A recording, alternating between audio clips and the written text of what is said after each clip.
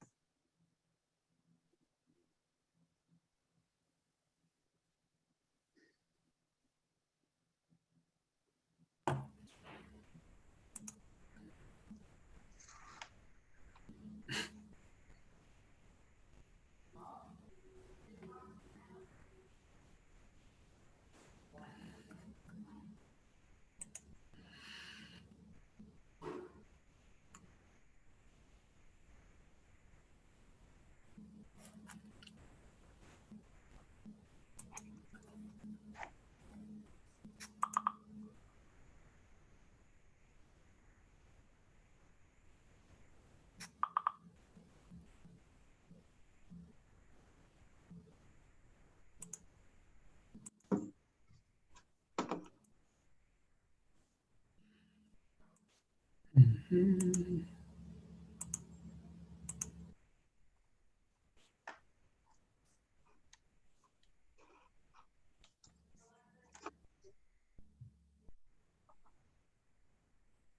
right, good evening, everyone. It is 6:12, and I will officially call this special council meeting to order. In lieu of President Dominguez not being here, I'll read what he typically reads, just so it feels a little familiar today. Due to the ongoing national, state, and public health emergency caused by the global coronavirus, City of New London public meetings will be held virtually. Meeting agendas can be found on www.newlondonct.org.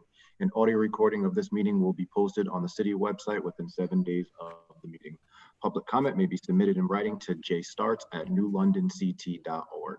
If you prefer, you may sign up to speak with the following link, which is listed on our city website. The link will bring you to a fillable form where you may submit your name and you will be added to the public comment list and called via Zoom during the public comment portion of this meeting. Public comment may be submitted in writing or your name submitted on the fillable sign-up form on the city website at least 15 minutes prior to the scheduled start time of the meeting. Please include your address in your written public comment submission. At this time, Jonathan Ayala, our city clerk, are you on the line?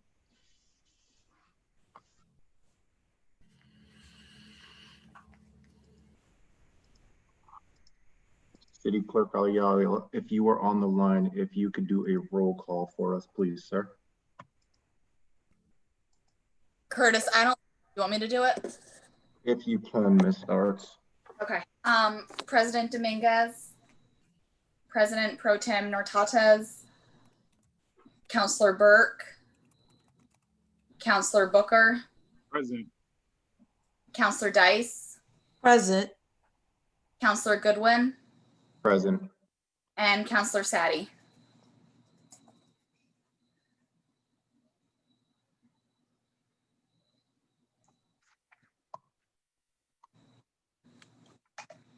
Hold on. He just said he's on the meeting. He just can't access his audio. So we do have a quorum today. If Dan and Jenny, if you could work with Councilor Sadi so that he can join us via voice, that would be greatly appreciated. All right, at this time, Dan, if you could give us the flag for the prayer, and we will be followed by a brief prayer by Councilor Dice.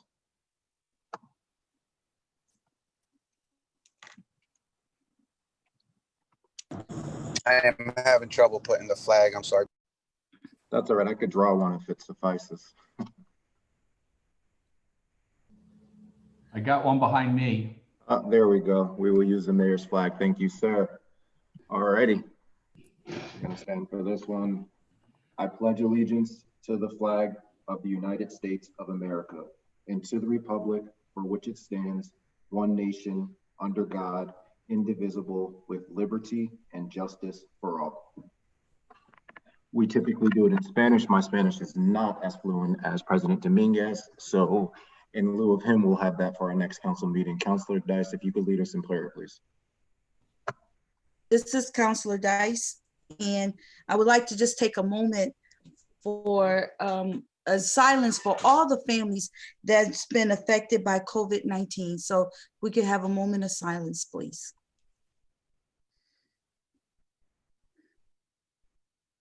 Lord, I thank you for gathering us all together. And I pray that every family that's represented here tonight will have and feel comfortable to express their needs, their want, and their desire as we go forward.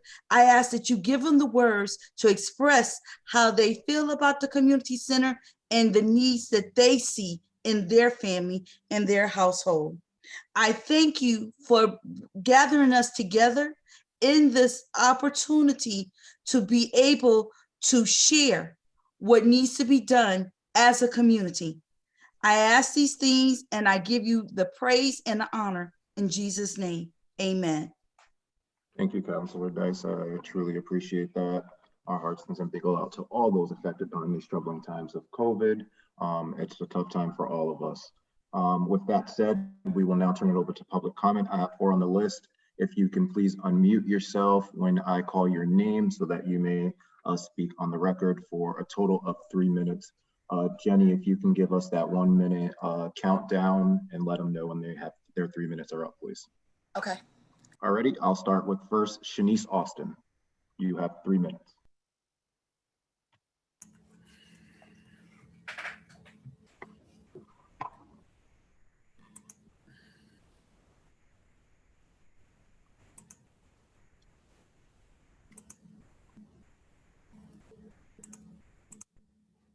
Is Miss Austin on the line? I don't see her name on the participant list. Okay, we'll give her a chance when we circle back, and there'll be plenty of opportunities throughout the presentation. Carolyn Wilson.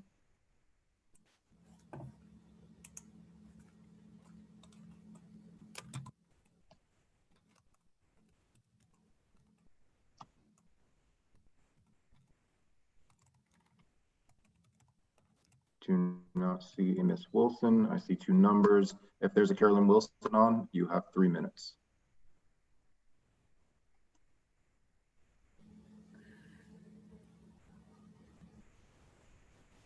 All right, I will go to a written public comment from Susan Tierney. 147 Glenwood Ave. I do strongly believe the New London needs a community center, a place that would enhance all that the New London Parks and Rec Department has to offer. When asked to be a part of this task force, I was really excited. It is exciting to see pictures of 6-lane swimming pools and brand new basketball courts. But as I sat through the task force focus group last night, I signed off feeling a bit perplexed. Certain things seem already in the works. Bransford and Dunleavy submitted a report as to why Fort Trumbull makes the most sense to build our community center over Base Woods, the Edgerton building, the municipal parking lot on the corner of Eugene O'Neill, and property on Bank Street. It seems like the task force really doesn't have much input as to where we may like to see it and why. Members brought up Ocean Beach Park and also Crystal Ave. Both are not suitable for a recreation center, we are told. I also heard things like memberships from out-of-towners to subsidize the cost for New London residents. To me, that doesn't feel like a community center, but more like a members-only type of athletic center, which they will try to market to out-of-towners. And to me, I don't see that working out for the best interests of our community. Sue Tierney.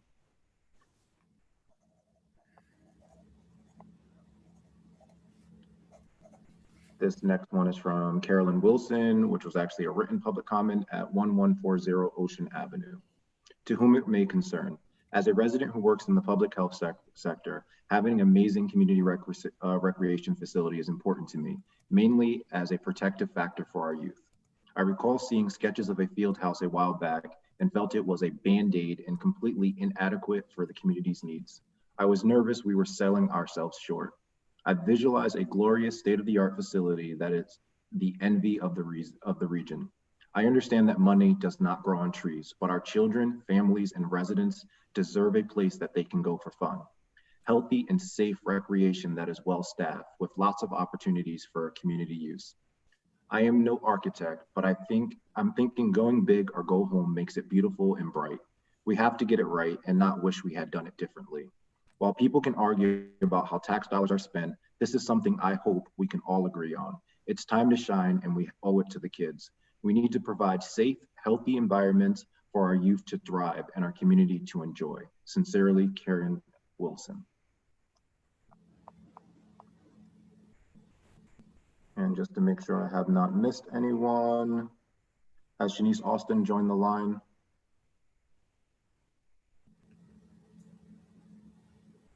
And Gail Schnecker, and my apologies if that is not how you pronounce your last name. Is there a Gail on the line?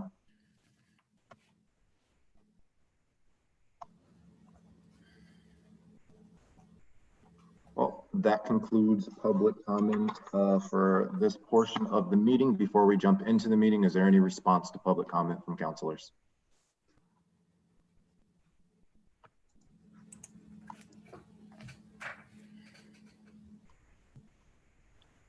This is Counselor, Okay. I'm sorry, this is Counselor Dice. Counselor Dice. And I'm thankful for all who had the opportunity or made the opportunity to speak up, because this is a community and we need to hear from you. So thank you. This was Counselor Dice. All right. Counselor Sadi, because I cannot see you, if you have a response to public comment, please let me know. Otherwise, I will continue on and we'll save room for the end for questions and comments. All right, with that said, if we can get that first slide back up for the actual presentation.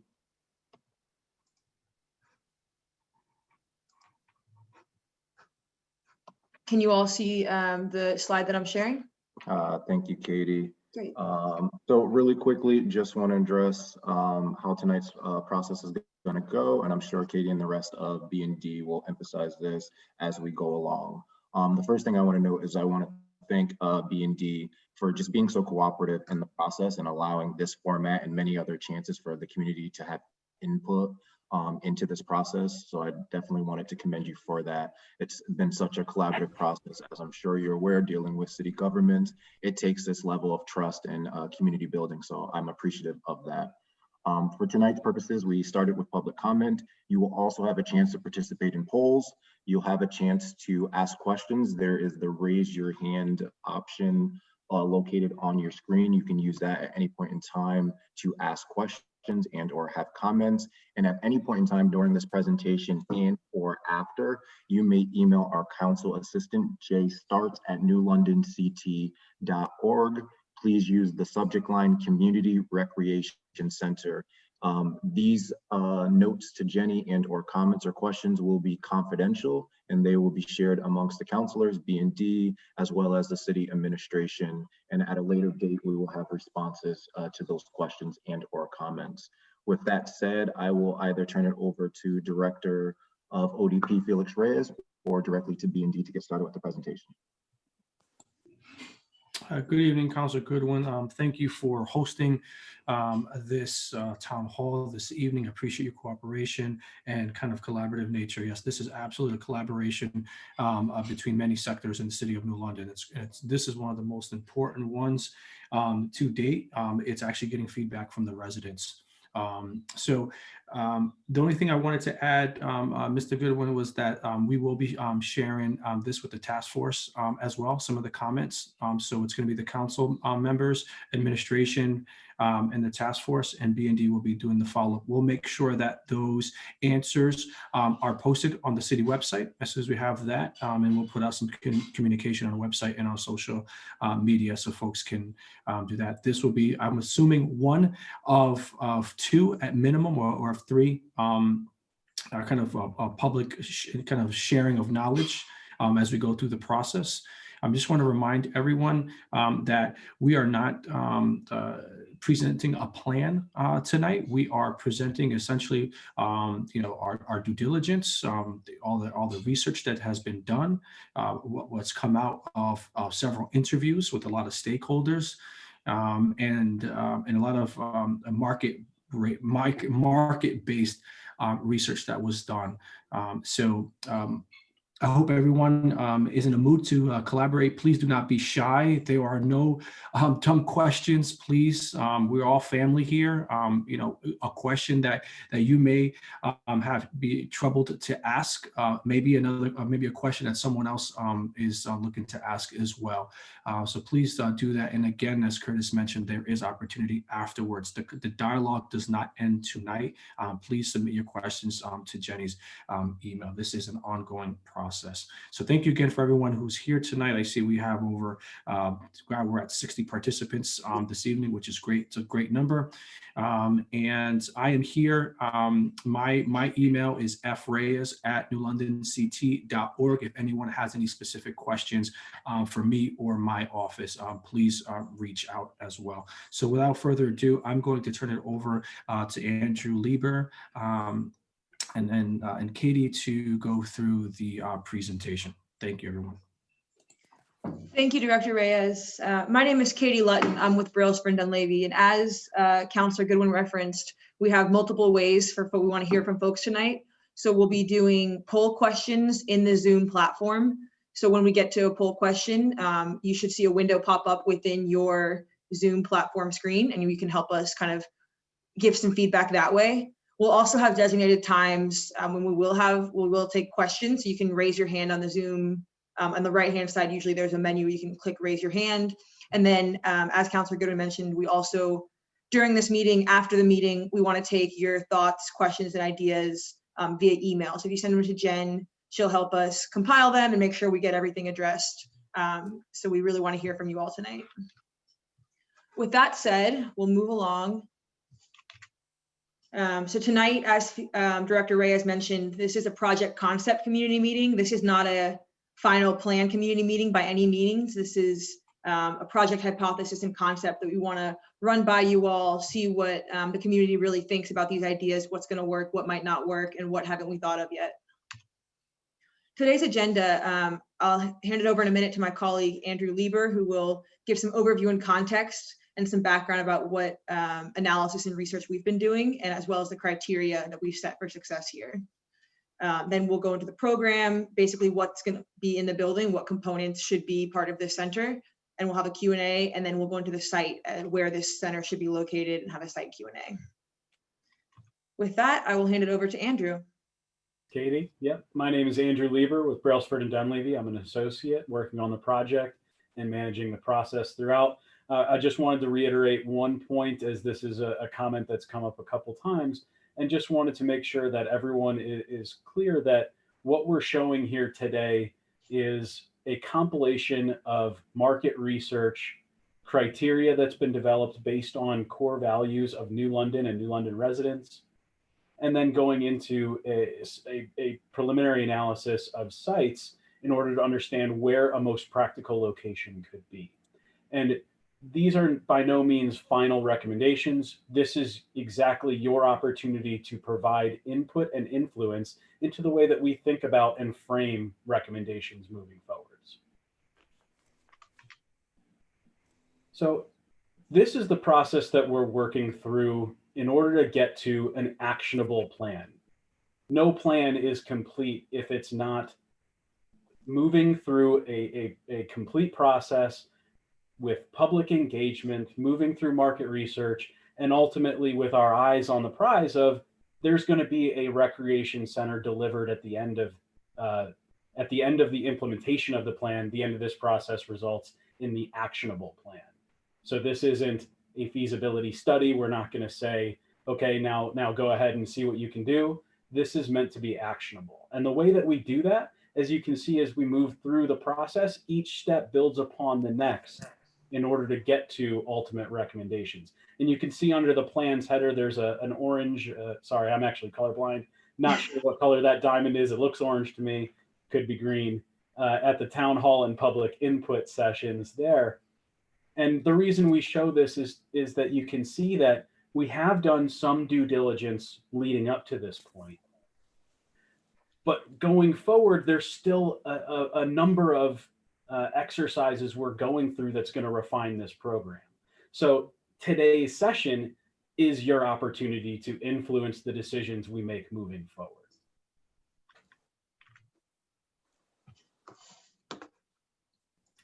I'm going to launch the poll now. I know it's early in the meeting. We just wanted to, now that you've met me and Andrew and the team a bit, we wanted to learn a little bit more about who's on the call tonight. So as you can see, hopefully you'll have seen popped up in your screens, Recreation Engagement 1, with a couple questions about who you are and your family and who's on the call tonight. So, and we'll pause for 30 seconds to 60 seconds here for you all to get a moment to answer these. These should be relatively quick for you all to answer. And as Katie said, this is an opportunity for us to get an idea of who all is participating on this call.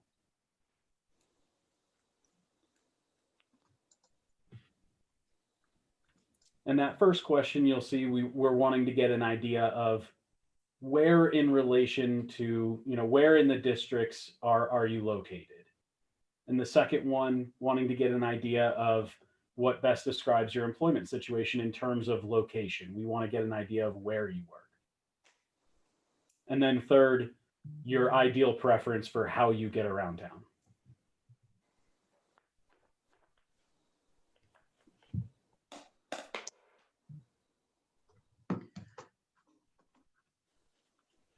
Great. It looks like most folks have had a chance to answer them. I'll give a few more seconds before we close this one down and move on, since I know we have a lot to get to tonight.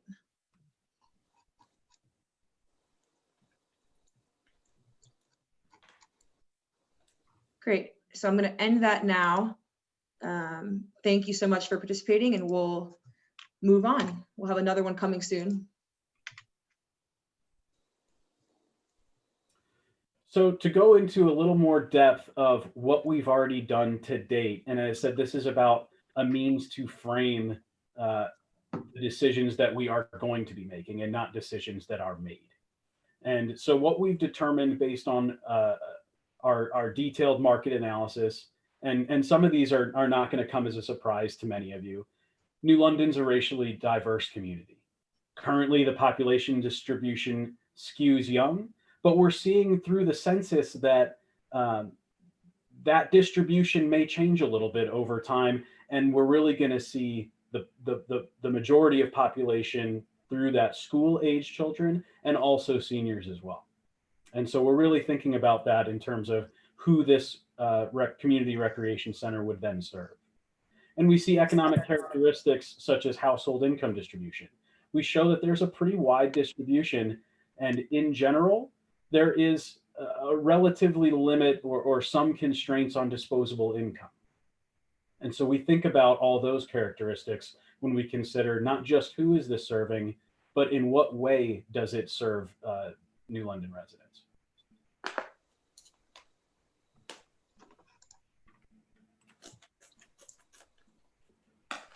So setting criteria, the reason that we do this is when you throw out a statement such as we need a great recreation center, or we need the best recreation center, we need to serve residents, all of those statements can be subjective. And so we want to determine a set of criteria that takes some of that subjectivity out and make sure that it's truly based in the core values of New London and New London residents.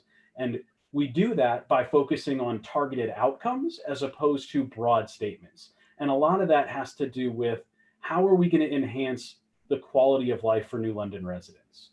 What are the recruitment and retention values? And then, of course, and financial sustainability, and looking at the different program elements within this facility. So looking at those core values, we see that this is a city of diverse constituencies, and we need to find a way to make them function as one through this facility. We need to address the needs of every household and family to raise children with the opportunity to compete in the world and achieve well-being. I read that one specifically because it's an absolute critical point when we start to think about who's being prioritized in this facility, who's being served, and as I said, and how they're being served. So we're looking at youth and seniors and families as well. We want to continue the ascension of the city into a place of worthy investment by industries and families alike. This is also an economic development project. We want to ensure that decisions we make about this facility are forward thinking and we're creating opportunities in the city. We need to take advantage of the city's locational attributes and neighboring populations. So there's going to be some opportunity to bring people from outside of New London, but we always want to make sure that we're thinking about New London residents first. And then, of course, we want to ensure the center's long-term financial viability. So we're thinking on down the road, what are we doing to operate this facility year over year to ensure that this doesn't get closed down at some point and we can consistently achieve the targeted outcomes and serve New London residents in recreation and wellness. So we thought about those core values. We engaged some very critical partners within the city of New London. You can see a listing over there on the side. And ultimately, this is a set of criteria that's rigorously applied and results in what do the values necessitate that we do. And so it's not about very broad statements, but more about what are we doing. And so you can see here on the first criteria statement, the central vision is a combination of traditional community center and recreation center.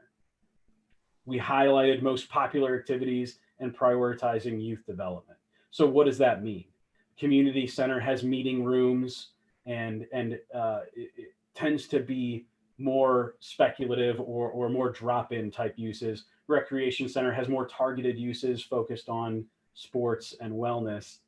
And so we want to combine those. And when you see most popular activities and youth development, most popular activities, when the population skews young and skews towards seniors, those tend to be the most popular activities. And so we're going to be thinking about program elements that can accommodate those demand from both ends of the spectrum, always with an eye towards developing New London youth.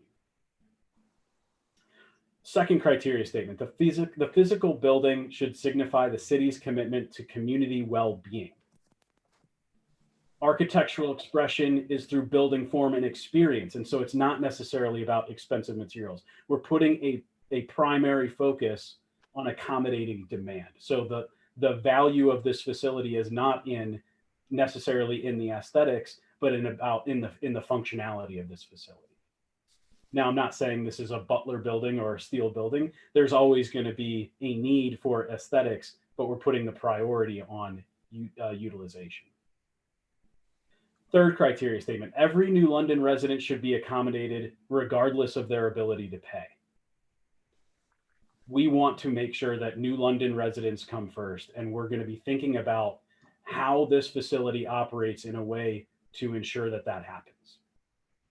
And fourth, the center management must be aggressively entrepreneurial in the pursuit of opportunities that generate speculative revenue, for the sake of cross-subsidizing programs for low and moderate income residents. So it's very critical that we think about that statement in both ends of the way that we've just described that. So the purpose is that we're thinking about bringing in folks that can pay for enhanced services. Now that could be New London residents. It could also be bringing people from outside, but it's not necessarily marketed directly to them. But we're entrepreneurial about finding those opportunities as a means to keep a limit on the membership rates for New London residents or costs for any sort of services. Again, always with the eye of the third criteria, New London residents must be accommodated regardless of their ability to pay. Andrew, I think that's a really great point, and I think it's worth spending a little bit extra time just based on the task force feedback and community feedback we've already received that Councilor Goodwin shared for us at the beginning, that these two last criteria work together.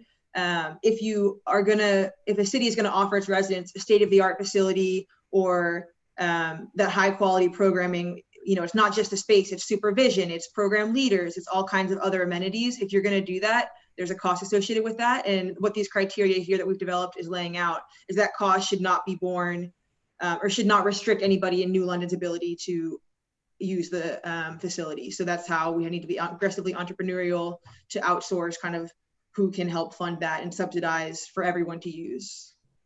Perfect, thank you.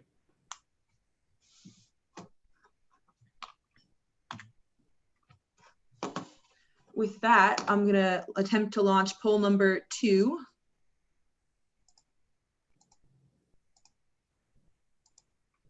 Can you all see that poll? Okay, great.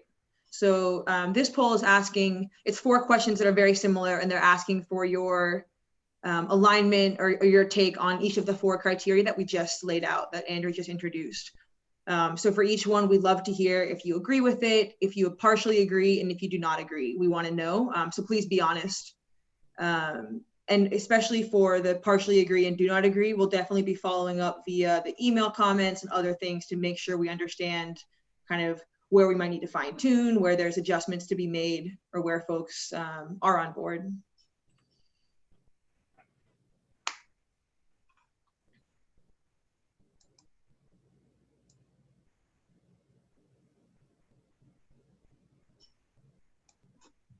Thanks for the folks that have responded already. It's great to see that feedback.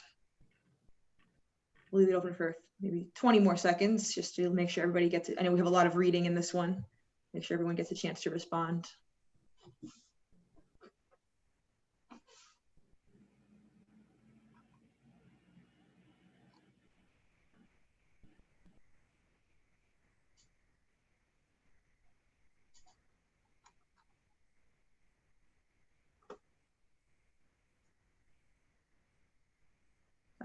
close in about 5 seconds and we can keep rolling. We have a lot to get to.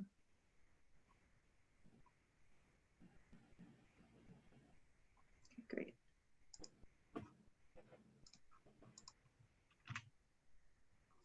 Okay, great. Thank you, Katie. So as I'd mentioned at the beginning of this section through the process, we've been busy. We've done a lot of due diligence. We've spoken with a lot of people, but we're not finished yet. We did a series of exercises and analyses, as you see on the slide. But at this point, that only goes so far. We need your feedback in order to make sure that we're thinking about these concepts in a way that truly accommodates the demand for New London residents. And you can see here, when we think about criteria, that's only one step of it. And then we bring in the market research. That's only one step. Either one on their own does not create the most appropriate and the most optimal community recreation center. When we bring those together and you use criteria to frame the facts, we get a single optimized solution, and always with the eye on every decision that we make moving forward and every decision that we've discussed that framed this concept is with the residents of New London at the forefront.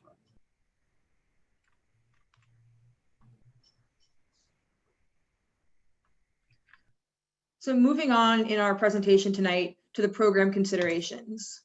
Sanath, do you want to introduce this slide? Sure. Good evening, everyone. This is Sanath Kalidas, also with Brailsford and Dunleavy. As Andrew laid out, we've been working on a preliminary project concept based on the criteria. It's a combination of a public recreation center and a community center to form an overall community recreation center. We're looking at around 67,000 square feet. This is just a preliminary number. And this is focused on catering to youth development, community well-being, as well as generating revenue through rentals. To that point, we have a 2-court gym, a 6-lane swimming pool, which could be expanded to 8 lanes as an alternative, as well as leisure aquatic components, a fitness center, multi-purpose rooms for fitness activities, as well as an outdoor ropes course.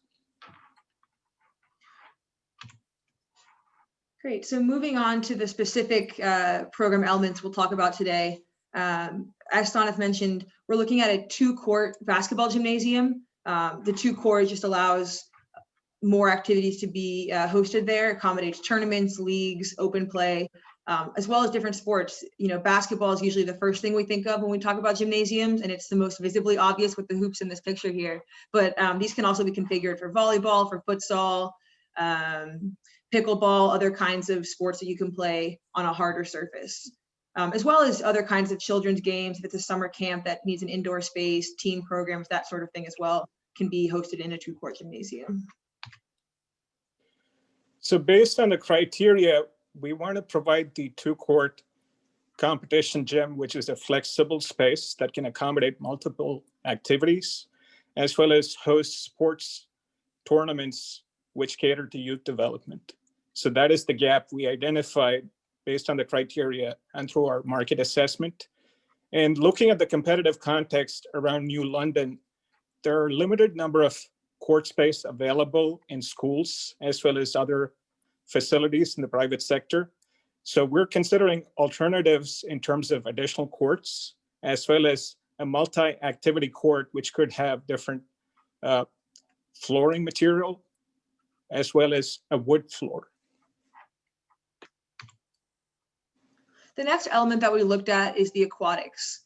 So based on our market research and preliminary analysis, we're looking at a 6-lane pool. But as Sanath mentioned, that could change depending on kind of our feedback here and our second round of analyses. This pool, as well as the leisure pool with the kid-friendly element, could be great for accommodating learn to swim, lap swimming for exercise, swim team practices, and local level meets with that 6-lane pool. As you know, also on the leisure pool side, that's also great for general family recreation, youth summer camps, and other activities, as well as water aerobics, exercise, and other senior uses. We've heard from the community would be valuable in a pool like this.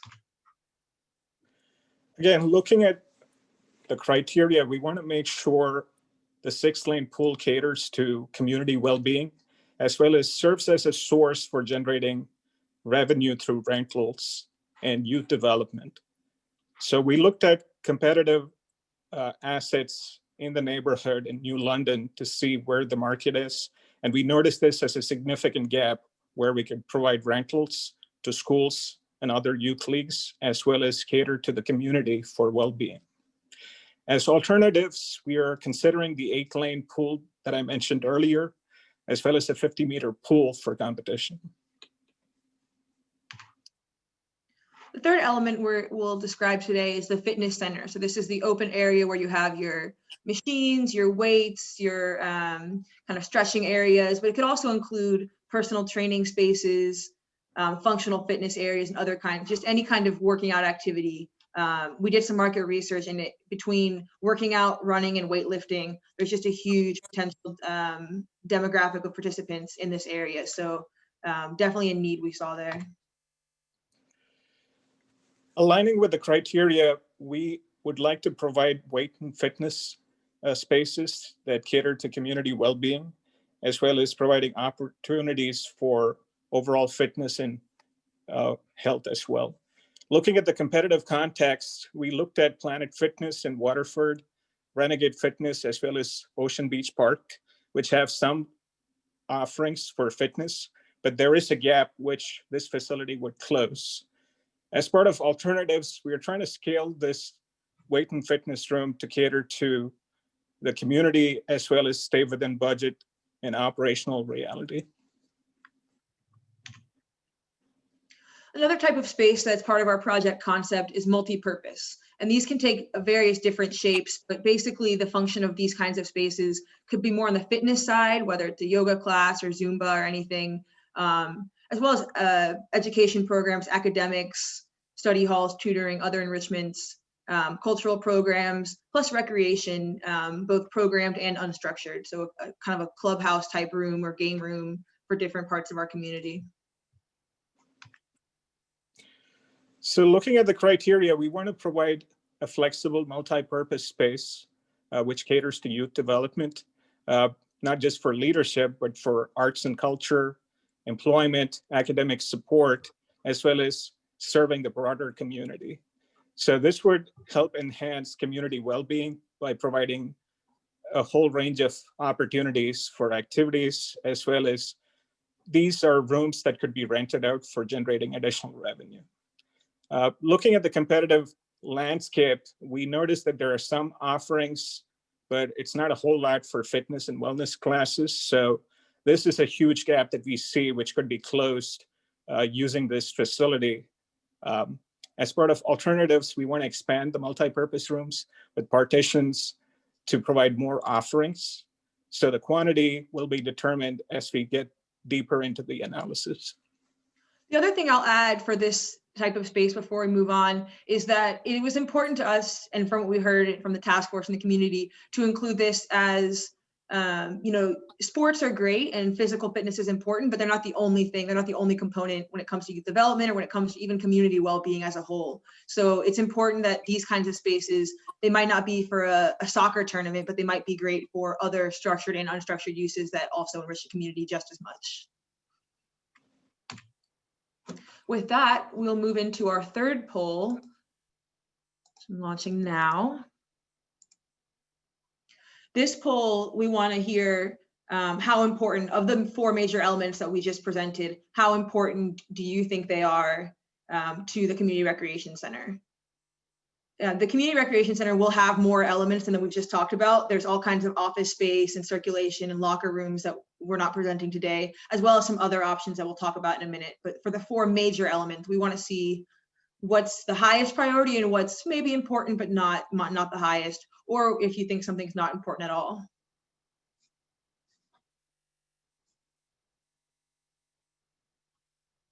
Great, lots of feedback. We'd love to see that. And please be honest, just because we presented it doesn't mean it has to be important. We really want to know what people truly think.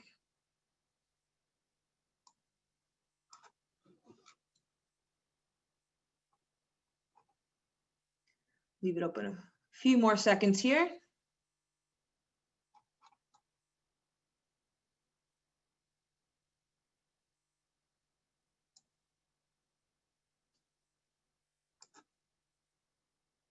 If you've already voted, you get a 10-second break from listening to us for a second before we jump back in talking to you some more. All right, I'm going to go ahead and close it now.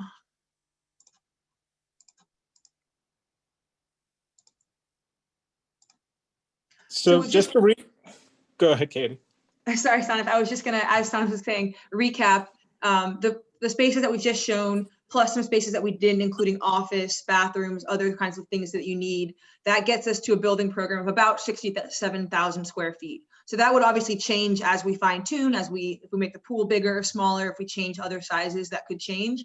But just for a preliminary concept, looking at about 67,000 square feet.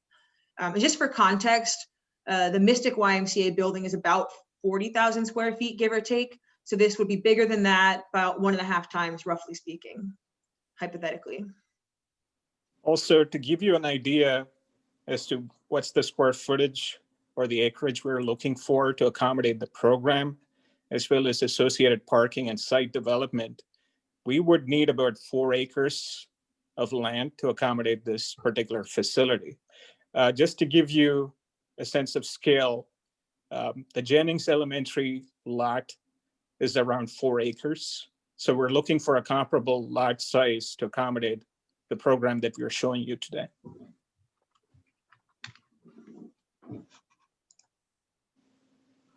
So this poll that I'm going to launch now is about some of those spaces that we didn't talk about in detail yet, not because we don't think they're important, but because they're still a little bit up in the air. So these are some secondary spaces or auxiliary spaces, dedicated program spaces. We'd like to hear from whether you're interested in a kitchen, outdoor field, outdoor ropes course, computer lab, esports kind of center, health and wellness service space, tennis courts, ice rink, or something else that we haven't listed. And feel free to email Jen after this or connect with us directly. If you say other, we do want to know what other means.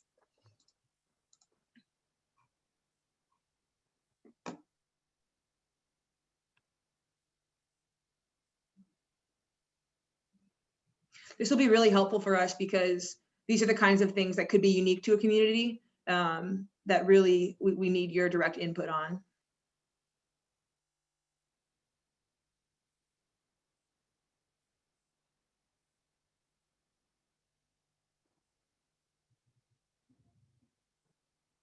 Give everybody a few more seconds to look through.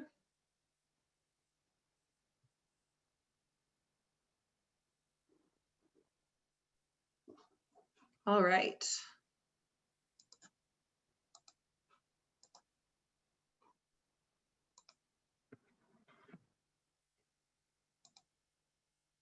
This is the part that we've set aside for questions and answers on the program elements that Sanath and I just went ahead and described. So, Councilor Goodwin, I don't know, will people be able to unmute themselves or do they have to be recognized somehow? If they can do the raise hand function, we should Okay. be able to identify them and or unmute them. So if they do the raise hand function, we can. Great.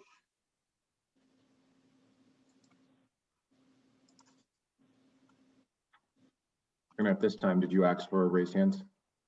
Yes, please. Yes, now is the time that we welcome folks to raise their hands and provide a question or comment. Dan, if you could let me know if anyone has a raised hand or not. Shanice Austin. Miss Austin, you have the floor. Thank you. Thank you for giving me a moment to speak.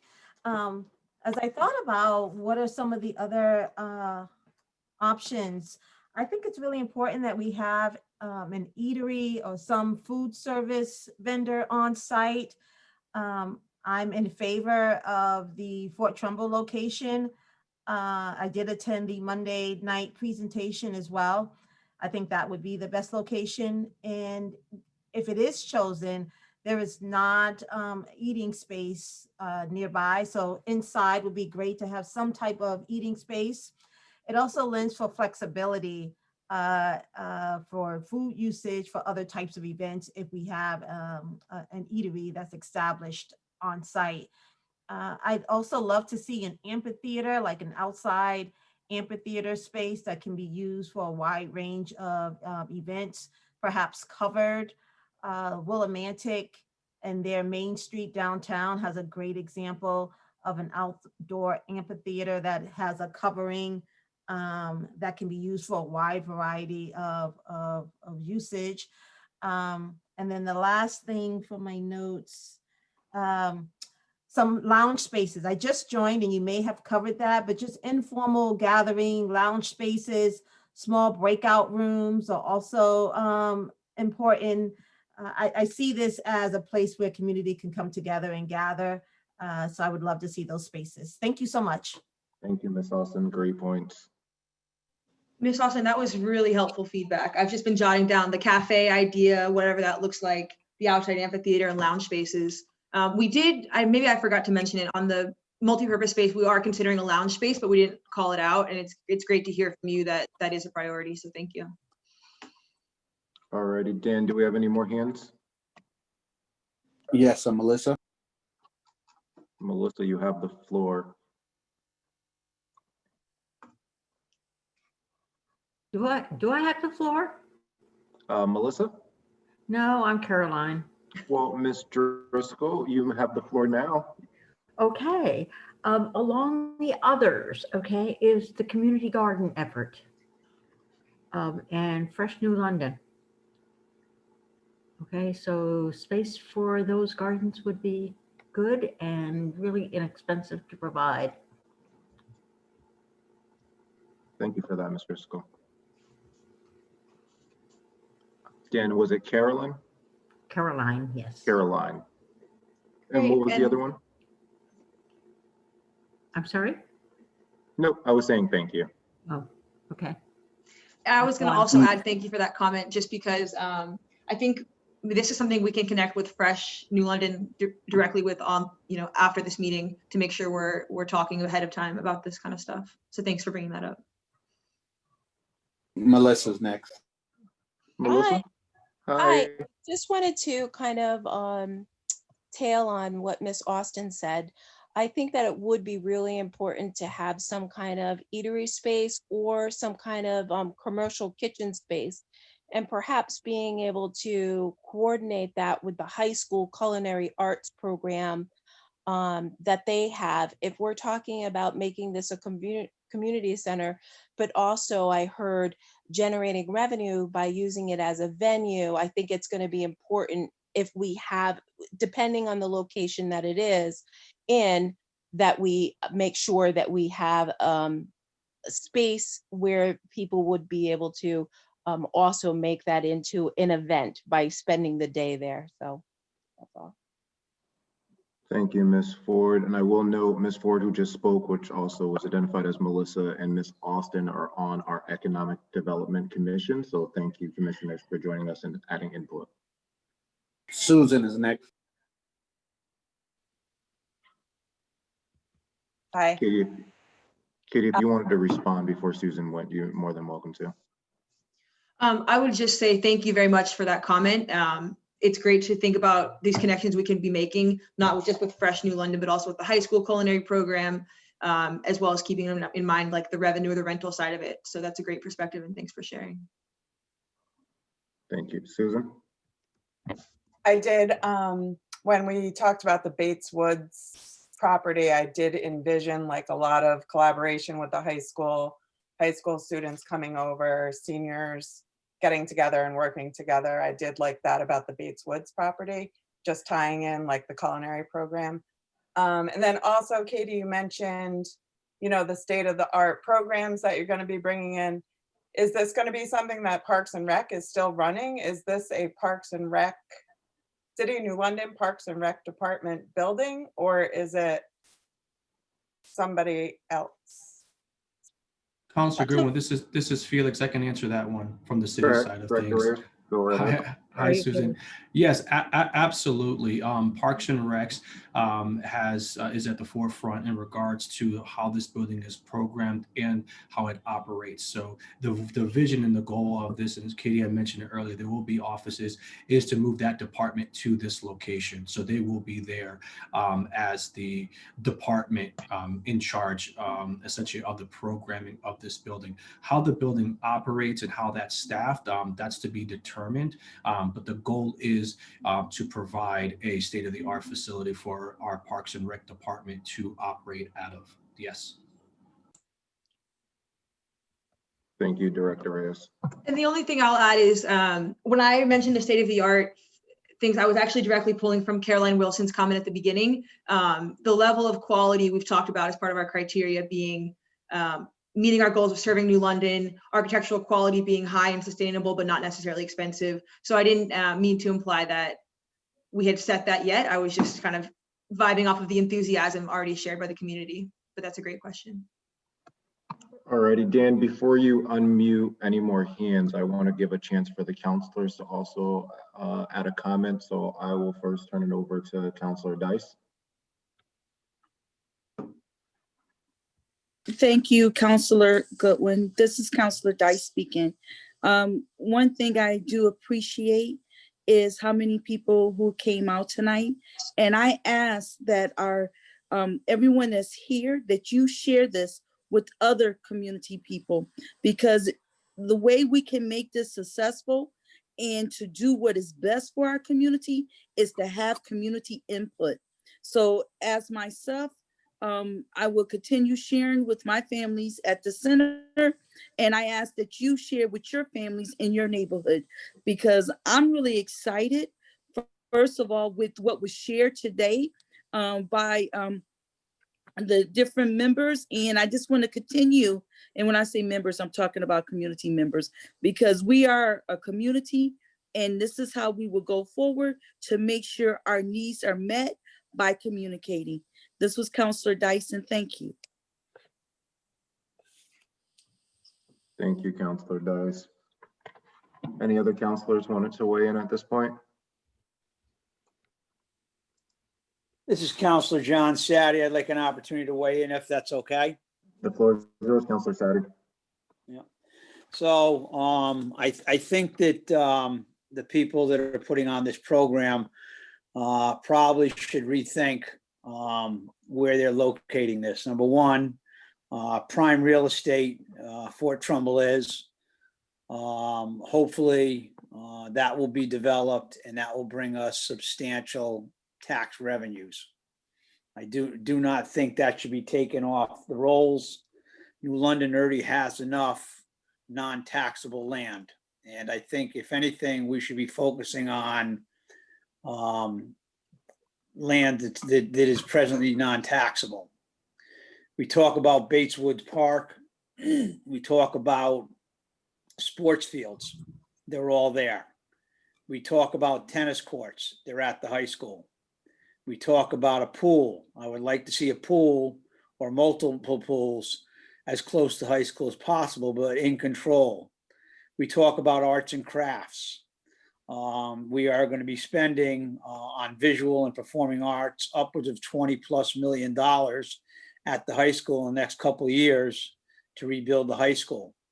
I think that this facility should be close enough to the high school so that we'll be able to utilize that. People talked about kitchen and culinary arts.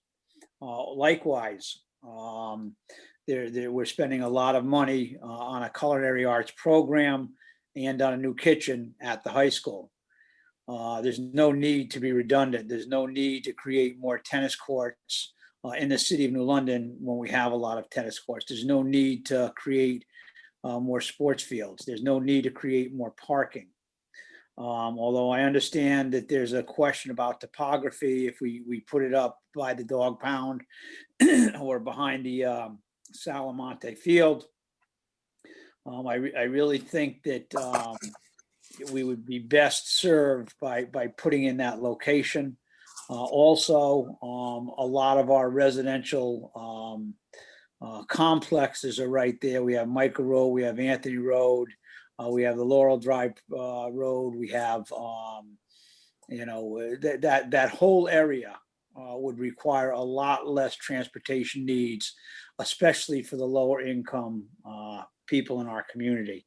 So that if in fact we want that to happen.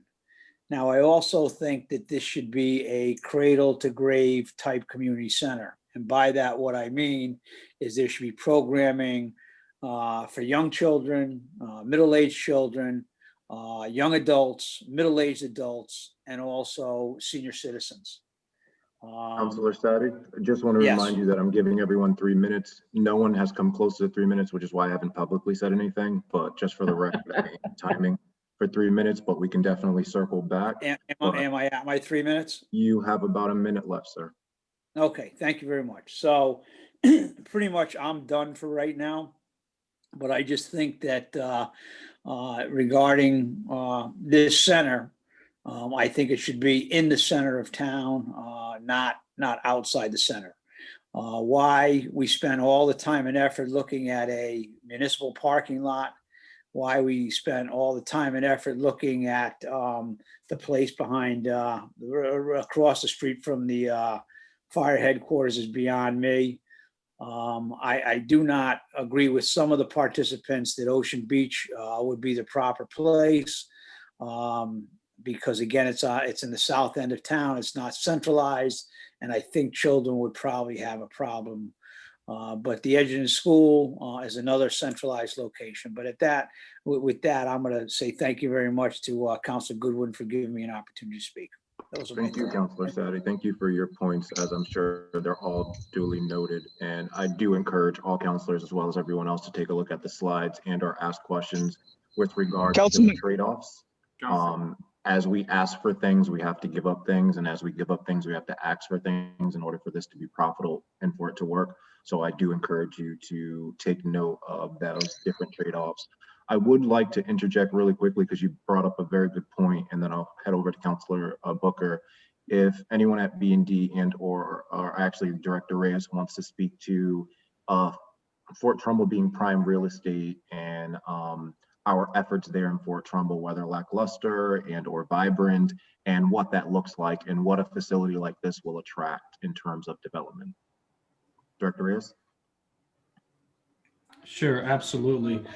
So when we looked at the various sites and locations in the city of New London, I believe we're going to get to that next.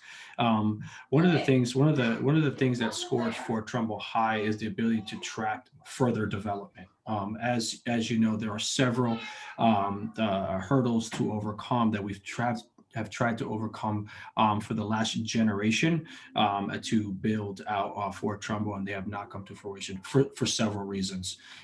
Fort Trumbull right now provides us the best available. I think as a community, we just have to get to the understanding that the best location may mean that we have to tear down a building or two. That's the best location, and it may be owned by some, but that's not realistic. So we have to have the kind of more of the mindset of best available. When we talk about Fort Trumbull and we compare that to other available lots in regards to location, size, constructability, environmental, do we own the project on the property? Do we not own the property? Can we grow? Can we attract more development? There's just a lot more boxes check off for that site. Now, I say that just from a perspective of understanding real estate, but I don't want the community to, I'm not trying to influence the community on how they feel about the site. I want to speak more as more of a matter of fact. These are the facts that how we are judging and scaling particular locations. So I don't want to try to convince anyone that one site is better. I just want to say these are the things that we're looking at to determine what's the best available site. I guess that's the best way to explain it. Thank you, Chris.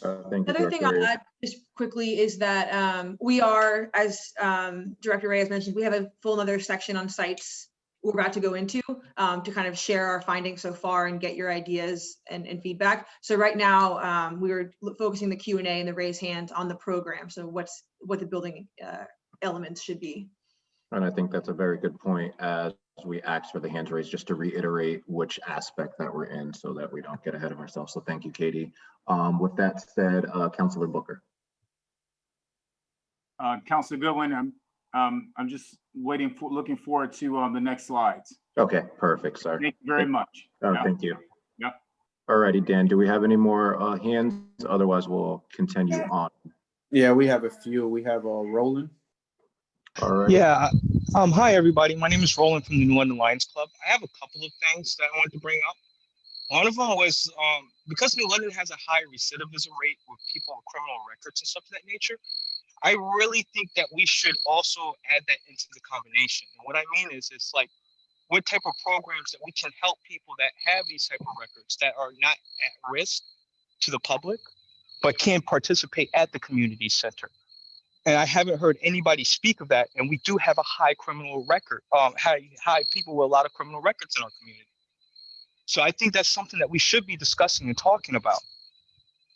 The other thing that I want to bring up and aware is that OIC has a program where they do look out for people that are in the type of at-risk programs like that, at risk like that. So they could have them or reach out to them to see if they could have people that could be trainers and stuff of that nature to help out with that, so that they can have a broad spectrum of people being represented. That was a big thing that I noticed. The other thing that I noticed is that they didn't really talk about anything about any civic groups or organizations. And I really think that they should have a place that all civic organizations can meet up and be able to plan and organize. So those are my two big things I wanted to highlight. I have a quick question. I think maybe my audio got quiet for a minute, so it might have been a malfunction, but can you repeat the name of the group that you mentioned in your second point that already does work with training that you think maybe could offer programs or could connect? Yeah, OIC. OIC. Okay, great. That's really helpful. And we'll make sure They work with people that are at risk in our community that have records and all different types of things of that sort. And they specialize in that. And I think that that's a good base to start at, or good people to reach out on that conversation. Great. Thank you for your comments, and we'll be following up. I appreciate that. Thank you, Roland. No problem. Thanks. Dan, next hand. Clayton. Clayton, you have the floor, sir. You have 3 minutes. Thank you, Curtis. I have 2 questions. I think one is probably for council and maybe Director Reyes, and the latter is for BND. I think the space looks state of the art and it's exciting. You mentioned Director Reyes, I believe, that the recreation department will be based there. Will there be like flagship programs that have people coming, kids coming there on a regular basis every day, flagship programs for seniors, or is it sort of providing the space and using that entrepreneurial aspect to figure out what will be done with it and when? And then I guess my second question is about the entrepreneurial side. If there's, through the market analysis, are you projecting membership fees, and what are those looking like if so? All right, Director Reyes, you want to start first, and then we'll turn it over to Katie. Sure. So who's actually running the facility, Clayton, if I'm understanding it right? Once we get this up and going, we're going to have all these amenities within this building, and who's going to be in control of how they get programmed and how the city generates revenue. It's going to be a combination of both. Right? We would love to see flagship programs come to the city. We would love to see known camps and organizations that come and utilize and bring those opportunities to the city of New London. But as of right now, we feel very confident in the New London rec department and how they program and the programs they provide. They're very resourceful. They're able to get our kids from swimming classes, to karate, to after school programs. They have a lot going on. So I think they're obviously the priority in regards to programming the space, but absolutely, I think once we do create a gem of a meeting space here, I think that's going to happen naturally. There's going to be people that are going to want to come to New London and be part of kind of this civic center. So yes to both on those answers. In regards to memberships and how much this is going to cost, anyone who knows me, I'm very transparent on everything. There's no hiding the fact that this building has to be paid for somehow, but at the core value of this program is to make sure that we provide access to everyone. So is there going to be a membership system? Yes, absolutely. There's going to be some sort of membership system figured out. We don't know what those costs are right now, but we will know shortly.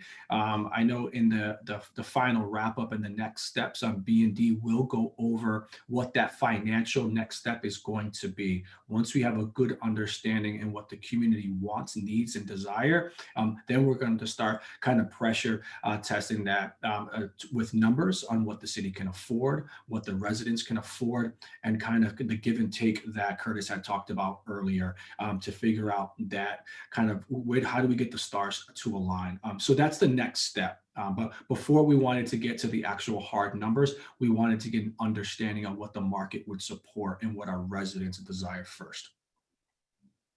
Thank you, Director Adams. Katie? I have no further comment to add to that. That was very well said, Felix. Thank you, Mr. Lieber. Next hand, Dan. This one says a wireless zone iPad. If you're on a wireless zone iPad, you have been unmuted.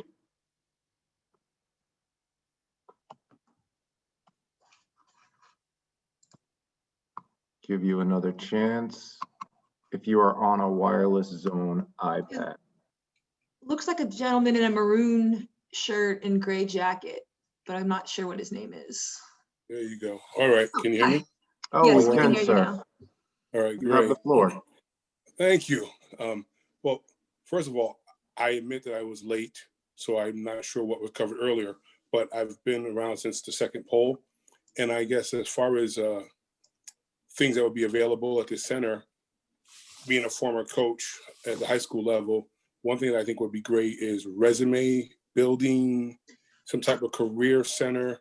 I think that's huge because many of our young kids don't have a resume put together, and it sounds strange, but even having a resume to present to colleges. So, so when you're applying to schools and a career center, I know that I think it's important that in New London, we're not that big. So we should be able to have something whereas, I know you can make jobs available to some of our former players, things of that nature. I know I've tried to do it on my own with some of our players, and it's been somewhat successful at times. But again, it's one man trying to do it, and it doesn't make a lot of sense. So if we're going to have things like that, I think some type of career center, resume center would really help. It would really benefit all of our kids. And when we talk about locations, and I don't know if that's something that comes up now, but I'm just wondering if we were at Ocean Beach, so to speak, if we were there, would that not enhance what's going on at Ocean Beach? Wouldn't that bring more business? Because I know in the summertime, we have cars parked all the way past down by Montauk Avenue by Michael's Dairy. So people are coming here. So if they're coming there for the beach and they're coming there for this center, does that enhance both situations? Because now if you're there at the center, you might come out and say, oh, hey, let's go on the water slide. Let's go buy some ice cream. Let's do other things as well. But the one location that I never heard mentioned, Crystal Avenue. I mean, if we're looking to reestablish Crystal Avenue and we're moving everyone out of there and doing all those things, why would that not be a viable location, especially considering you can get on and off of 95 right there? And so I just thought that might be something that's viable. And again, I don't know if that was something that comes up now or not, but in case I don't get unmuted again. And you are correct. It was maroon. Yeah. Sir, Fine before we color let you go and Katie responds to anything that was just said, and thank you for those wonderful points. If you could just state your name for the record for me. Juan Roman. Mr. Roman, thank you, sir. You're welcome. Thank you.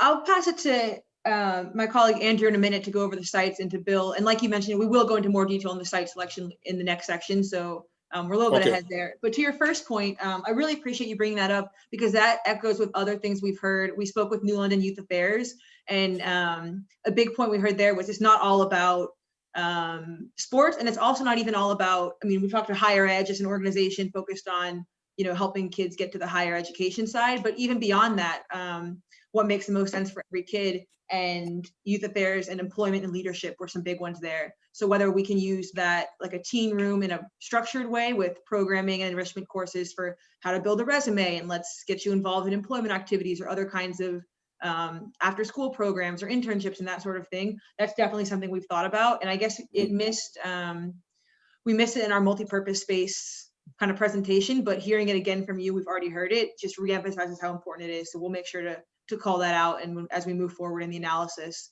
to just make sure we keep that in mind. And Andrew, are you going to respond, or just before you respond, we're going to move on to the next slides because I know we have a little bit more to go through, and then we'll reserve some more questions for the end. But at any point in time, I want you to realize that this is a very cooperative process. And as stated earlier, you can email our council assistant at any point in time. It will be kept anonymous, and we will solicit all this information and respond at a later date. Her email is jstartz, JSTARTZ @newlondonct.org. So feel free to leave a running tab of those questions or comments, and we can get them to JStartz. So if you don't have any more comments on those questions that were just asked, Andrew, I'll let Katie continue on. Yeah, just one comment, because obviously we're going to get into a lot of the specifics about sites, so I'm not going to jump into why one is better than another. But I will say that we did consider Crystal Avenue within our list, as well as Ocean Beach Park. And and you'll see as we go through, there were some sites that fell out as we move through the process in determining what is a most practical location. So with that, I'll pass it over to Bill as we move into the site details.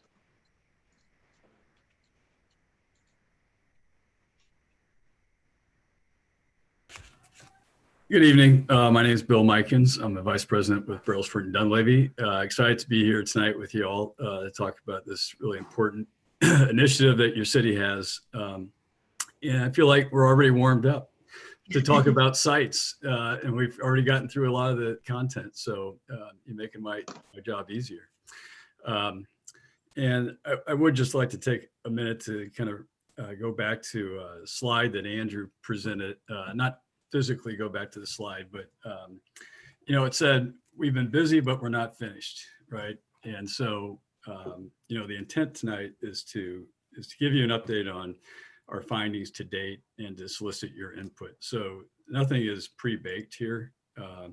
And hopefully that didn't come off that way in previous meetings, but as we go forward tonight, we're just presenting the facts that we've have developed to date. So before we jump into actually talking about the sites, we want to take a moment, just talk about the interrelationship between, what are the main drivers for this project? And really the three main components from a development standpoint are the program, the quality of the building, and where it's located, because there's cost associated with all of those, and there's benefit associated with each of those. And so assuming there's a fixed budget, those are three variables that are going to have to be balanced in order to make that budget work. So in all likelihood, there's probably going to have to be some trade-offs, but that's really not for us to decide. I mean, that's for the city to decide. I mean, we can provide the context, identify the costs, identify the benefits. But then, like I said, then we got to go back and really take a look and balance things out. So with that, let's jump into the actual site analysis that's been done to date. And we thought we'd give you just an overview of the process that we're going through.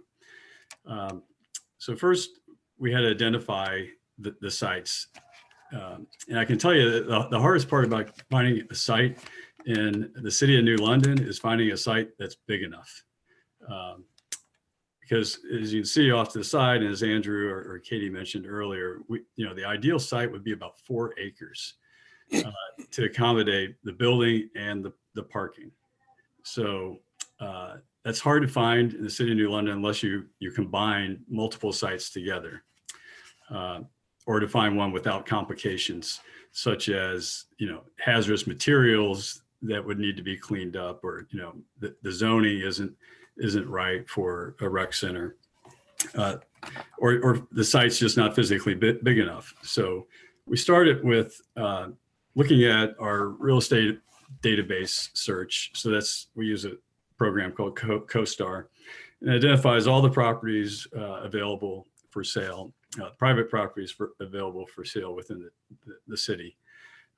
We combine that with looking at the city inventory and working with Director Reyes and his staff to start to sort through that kind of larger list.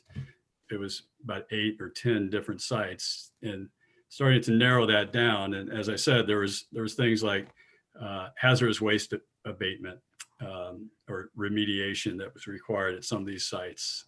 Some of them had historic designations that we wanted to stay away from. So we ended up with, and that was this preliminary analysis of accommodation number 3 that I'm talking about. Reviewed that with the city. And then we started to do a more detailed evaluation of 5 different sites that we're going to go through. Then we'll present those to council. Public vetting is what we're starting the process tonight and the last night. And then, like I said, there's nothing baked here. Eventually, we're going to land on a site. Go ahead. So as I said, we started with about 8 or 10 sites, narrowed them down to 5. And I think one of the other things I didn't mention was, you know, looking at a larger set of 8 or 10 sites. We also looked at its location to the kind of the core center of population that this center will be serving. And that really got us into, you know, districts 1 and 2. As you can see, these 5 sites, the first one, A, is 126 Green Street. That's the municipal parking lot. 234 Bank Street is a private property down on the waterfront. And C, out over to the left, out by the high school, obviously is Bates Woods. We've heard about that. D, Edgerton, the old Edgerton school property. And then lastly, E, Fort Trumbull. So starting with Green Street, and which I think Councilor Sadi wondered why we looked at it. We looked at it because it's not big, you know, it's only 1.9 acres, 2 acres. So it's not ideal site. It is located downtown, and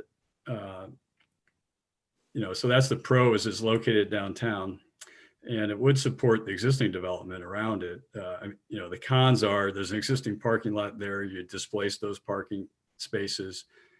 In addition, we would have to accommodate new parking spaces. So that, and the configuration of the site is going to mean it's going to be this long rectangular building that really isn't efficient. As you can see, one of the aspects of the sites that we analyzed was, you know, what's the development cost risk? And as I was saying, the site is so narrow that it's not conducive to an efficient building. You know, your most effective program or configuration would be basically a square. This is almost the opposite of that. It's cutting a square in half and putting 2 ends together. So that's going to require us to go vertical, which is going to be more cost. It's going to cost more. It's cost premium, as well as, you know, tearing up the existing parking lots and abating what's there, and then potential remediation and of environmental remediation. And all these sites have that potential environmental remediation as a consideration. We don't really know exactly what that is. We know that probably any of these sites has some potential for that. Some sites we know more than others. Go on. So 234 Bank Street, this is downtown. It's privately owned near the waterfront. It's approximately 2.4 acres. So it's getting close to the ideal site. It's kind of a strange configuration though. It's not ideal. But the pros is it's downtown. Location is good. It supports existing and new development. There's a new housing complex going up right to the left of it. I think it would be located in a place that would be prominent and could help enhance, civic pride and New London's brand. And it has good connectivity to, pedestrian transit access.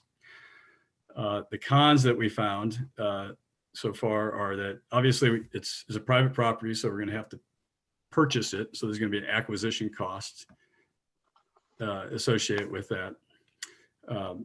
Sorry, Katie, I was getting ahead of myself. There's, the schedule risk because there's an existing building there that we'd have to address.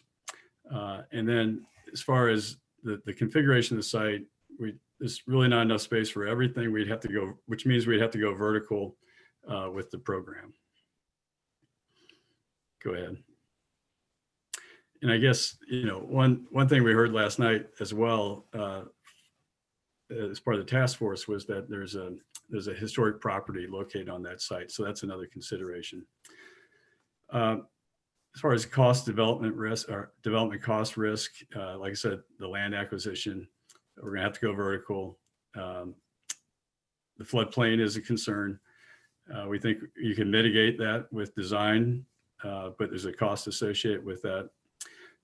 The demolition and the abatement of the existing building. So we have to factor that into the cost, and then potential environmental remediation. So for those reasons, we as you can see at the top there, we scored this as a high risk site. Okay, number 3 is, or C is Bates Woods Park out by the high school and the ball fields and next to the animal control facility. So the outline there that's shown is about 3.5 acres. Obviously there's a lot more space out there. So there's plenty of space.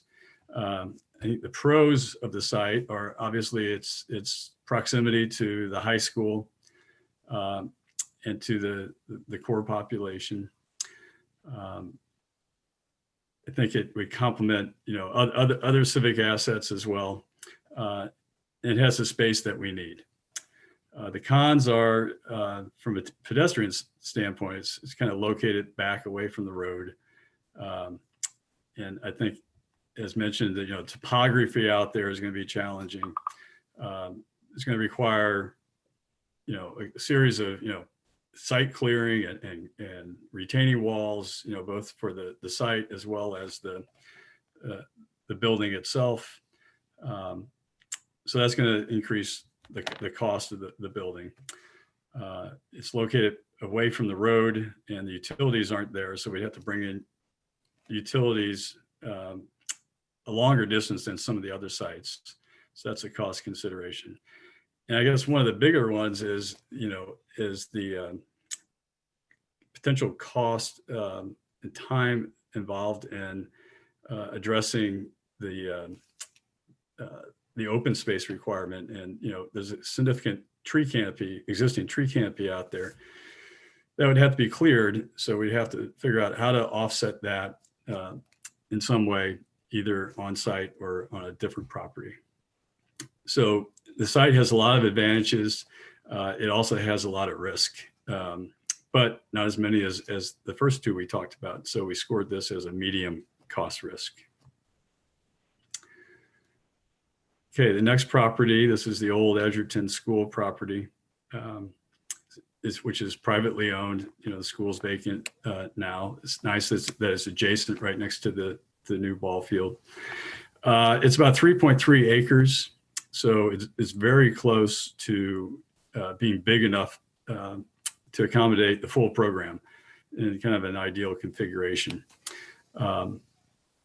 It's also very close. So from a pros standpoint, it's very close to the core population, has good connectivity to transportation access. The cons would be, again, we have to purchase the property and then demolish the existing building and abate the existing building. And because the site is not quite big enough. We're gonna have to go some combination of going vertical with the program. So I guess I'm jumping ahead to the next slide. So for those reasons, we scored this site from a cost risk standpoint as medium, similar to Bates Woods. And the last site, Fort Trumbull, which is city-owned property next to Fort Trumbull State Park. Everyone's familiar with that. It's a big site. It's if we're looking at the two parcels here, I think it's 3B and 3C, 7.4 acres. So it provides more than enough space, which is a pro. And it, obviously would support the existing facilities down there as well as new development. It would accommodate not only the program, but it would also enable us to maybe have additional programming, especially outdoor programming. And it's basically a build-ready site. So there are less, there's a lot of unknowns with all these sites, but there's less unknowns with this site. So that's a pro. The cons would be, accessibility, right? I mean, there's accessibility concerns with the site. And then I think, the potential to share the site with other city agencies may be limited. Go ahead. And then in addition, there's similar to Bank Street, there's a concern about the flood risk here. Part of the site is in the floodplain, part of it is out of the floodplain. So we think we can deal with that through design, but there's some cost and some unknowns about that.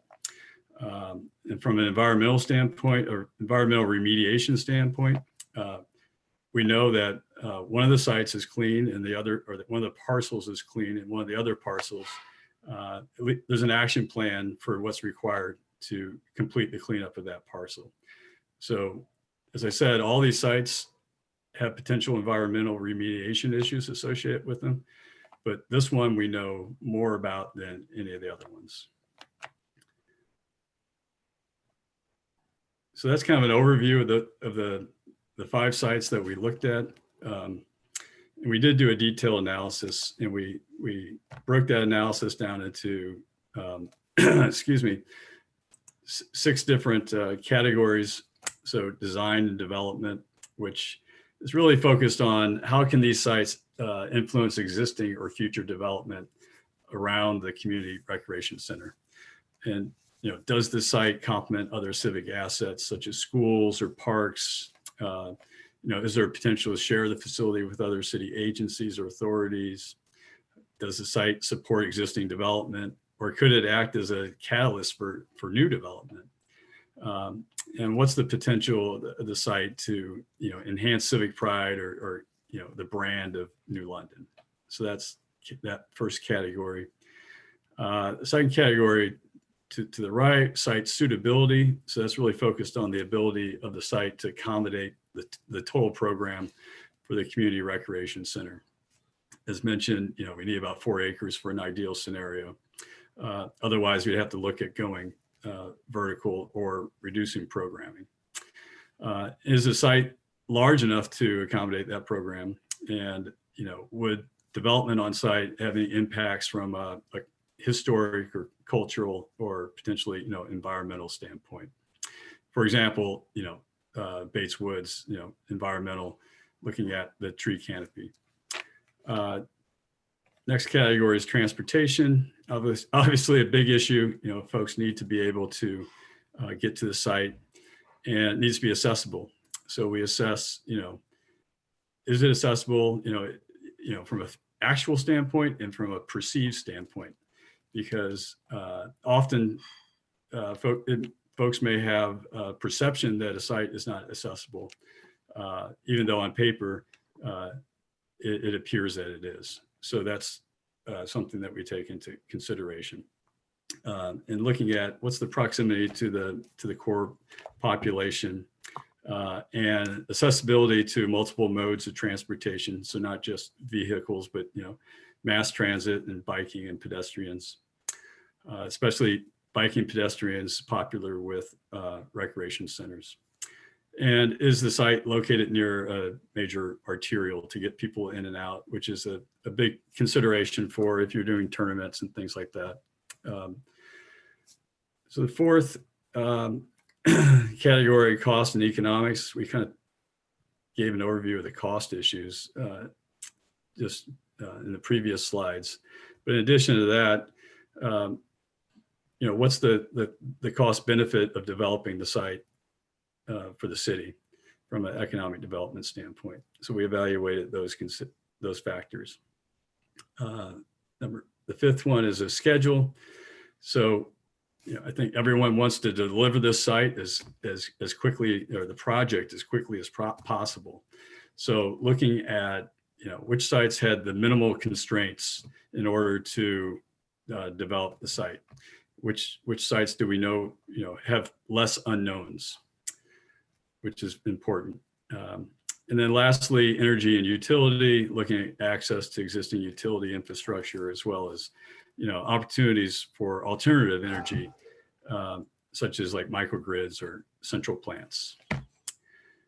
So that's a mouthful. No, thank you very much, Mr. Mikens. We'll actually give you a quick second there to pause on that slide.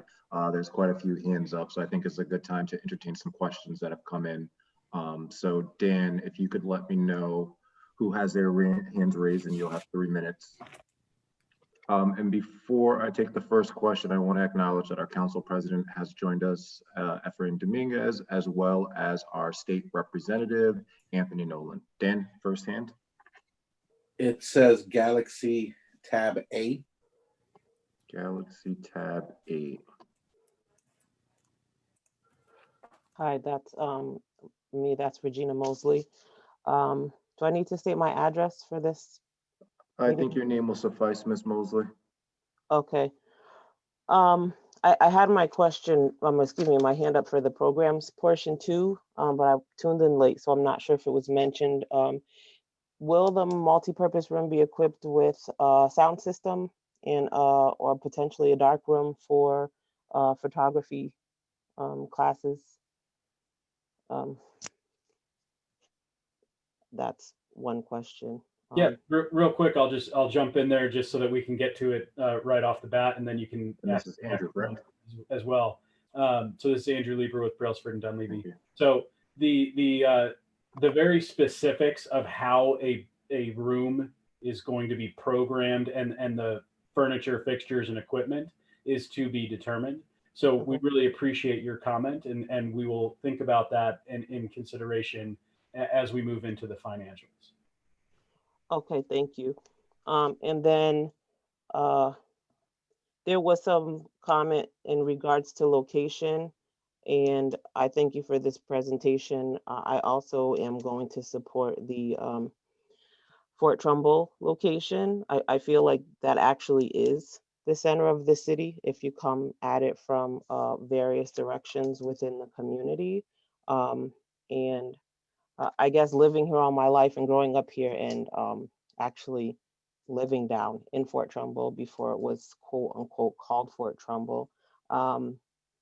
What happened years ago with eminent domain and the way the residents were treated in that area and in that neighborhood, I think New London actually owes it to the community to develop there because it actually is a very tender and sore spot for all the people who were displaced.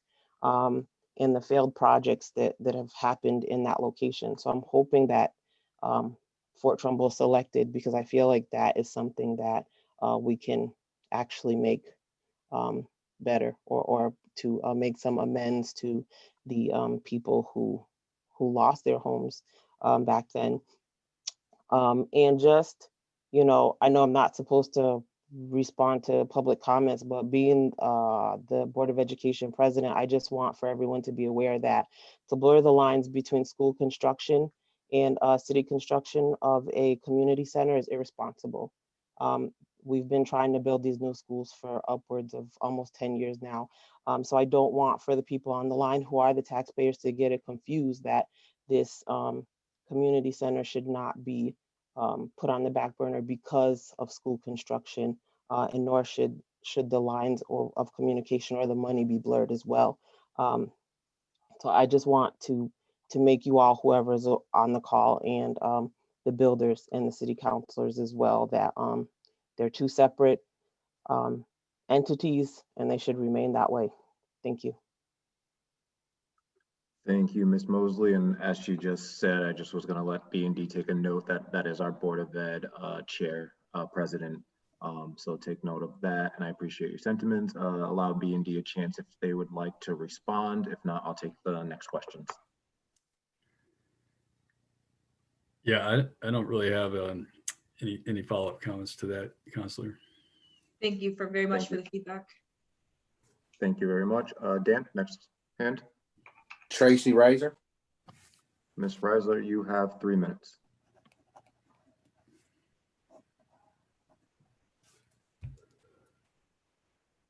Thank you very much.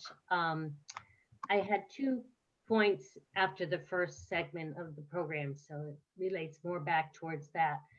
1 point has to do with transportation. I think Councilor Sade mentioned that transportation is always an issue for the people in New London to be able to get from one place to another, particularly with the children and the youth. So I think when you're thinking of components and building in dimensions of the community center, transportation would be an essential component to build in so that there is that wide access to all the residents. The second point has to do with citizen oversight of the community center. What sort of structure are you thinking to have that oversight? I know there's a recreation department commission now, or a board. Would there be a similar type of oversight existing for the community center? Thank you. Thank you, Ms. Reiser. I'll allow B&D a chance to respond or take the next question. This is, oh, go ahead, Bill, I'm sorry. Yeah, I was going to say, I agree on the transportation issue, and that's something that we took into account. As far as the citizen oversight, I think I would defer that to the city reps on that. Mr. Goodwin, I can answer that one. I was coming to you next, Director Reyes. This is Director Reyes. Yeah, so the oversight is, that's why we set up, and Tommy Major, I'm not sure he's on, but I do appreciate him and Sharon's efforts on putting together a team, a community task force team to be that oversight. There is a very talented group of residents. These are your neighbors that come at it with different lenses, both from a business economic perspective, the constructability, the finance, programming, outreach, communication, just experience from the athletics. We've got coaches, trainers, all on this task force to provide that oversight. So I believe they will continue to be part of the process, especially what a lot of folks will be concerned over is, how do we budget this project? How do we stay within budget throughout the project? How do we stay on schedule? How do we make sure that we stick to our core values and that what we signed up for at the beginning is what we get at the end? So I think that's what that task force is. But I will do my best from the administrative side of things to continue to work with Councilor Goodwin on having economic development subcommittees. We'll continue to have these types of town halls, whatever we feel necessary.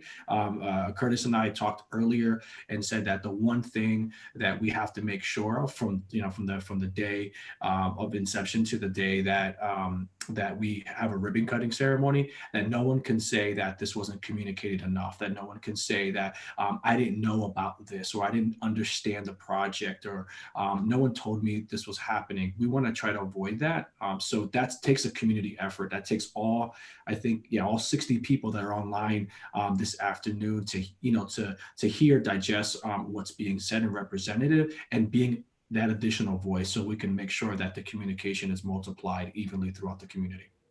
And Director Reyes, really quickly, if you want to speak quickly to what is possibly coming, the micro transit system that could actually alleviate that hurdle or that trade-off of proximity and location.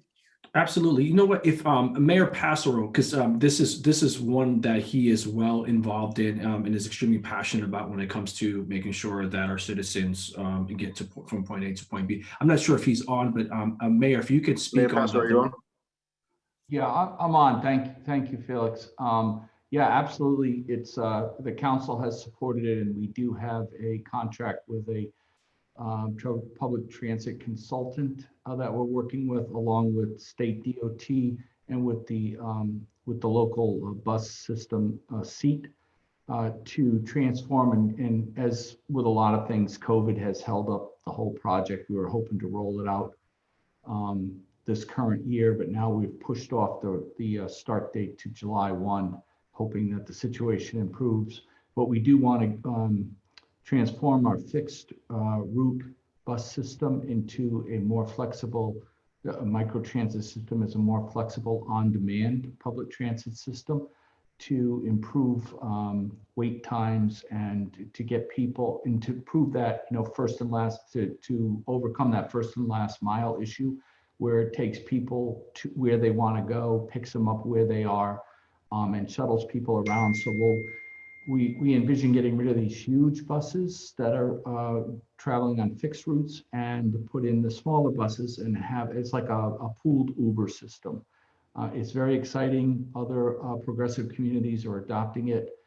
We believe we have the support of the partners we need to do it on a pilot basis, and we're excited to get started with that. We think this would really, not just for the community center effort, but enhance all of our economic development opportunities here in this tight little 5.5 square mile city. That's what makes us perfect for this. So we're pretty excited about that, and it should be up and running, in conjunction with when we're cutting the ribbon on this facility. Thank you, Mayor. Was there anything else you guys wanted to add on B&D side? Otherwise, we can take the next question. I want to say thank you for the comment and the feedback. That's just great perspective for us. The other thing I will note, Councilor Goodwin, is that we have a couple more polls to go through, and then we had planned to end with Q&A. So I don't know if you want to take a few more questions now and then move on, or if we can end with Q&A in about 4 minutes with the rest of our I'm actually been materials. enjoying taking the polls, so I will pause the Q&A so we can finish, and I can take another poll or two, and then we'll circle back with Q&A, and then any last questions will come from any councilors that are on or comments. Sounds good. Thanks. Bill, did you have anything else to add on this slide? I know folks have been looking at it for a few minutes during the Q&A. Yeah, I think, just looking at this, the scoring, basically, all these factors were weighted. They probably say, what's the difference, between these numbers? And really what you want to look at is the gaps, right? Or the variances and where are the big differences. And at the end of the day, the bottom line overall scoring, Port Trumbull is the highest, with, Edgerton coming in second, followed by Bates Woods. And if you take out the cost and economic considerations, it becomes closer, but Port Trumbull, from site suitability and schedule considerations, still scores higher than the other set.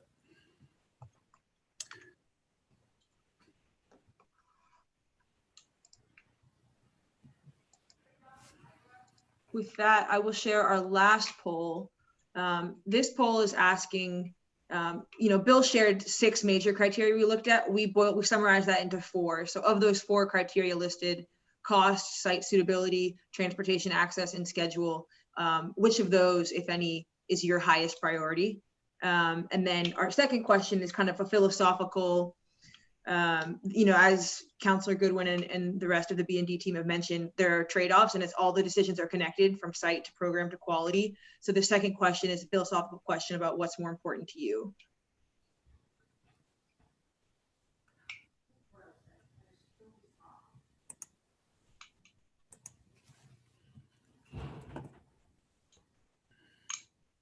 This one is pretty important, so I'm going to leave it up just a little bit longer to make sure we get folks who wanted to participate submitting their poll responses.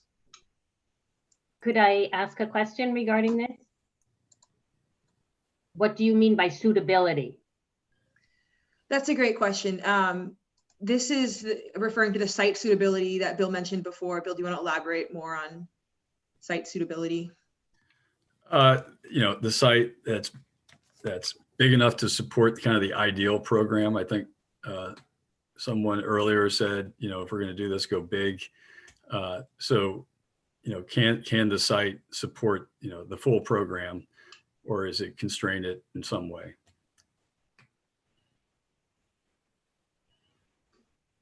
Great. Last few seconds just to let anybody else respond before we close up. Move on.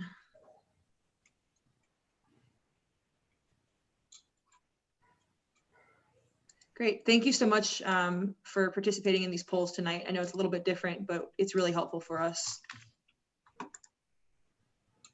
And this is when we had planned to go to the site Q&A, which we've started. I love the enthusiasm from this group. We've already started hitting on some of those, but now if folks want to keep raising their hands for more site Q&A, this is the time to do it.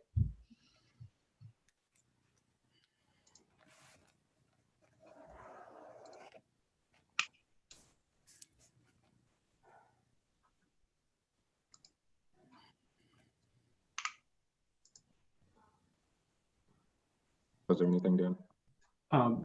Councilor Goodwin, one question. This is Director Reyes, that perhaps Brailsford and Dunleavy. Bill, as we wait for more questions on regards to site, I think it's good to understand what's the difference even in regards to what's needed when you don't own the site versus when you own the site, and what that does to the schedule. I think people need to have a little clearer understanding of what it takes to essentially go out to the real estate market, negotiate pricing, closing costs, remediation, tearing down what's already there, what that looks like versus a city-owned site. I think that will start to help people understand whether it to get closer to what they feel more comfortable with. Should we be going after private property, or should we be utilizing city-owned property? Sure. Obviously, as you state, the biggest difference is there's a price tag associated with going out and purchasing the property. There's a time factor involved in negotiating that, closing, if there are existing tenants, potentially relocating them. So those are all things that take time, as well as getting the approvals needed, especially if you're changing from one use to another from a zoning standpoint. I think, once there would be a large kind of due diligence exercise that would need to be undertaken before you even get to the purchase negotiations, as far as doing environmental studies and geologic studies to understand, the suitability of the site from a substrate, construction standpoint. So those are the things that take time. That with some of these city sites, at least with Fort Trumbull, obviously a lot of that's already been done.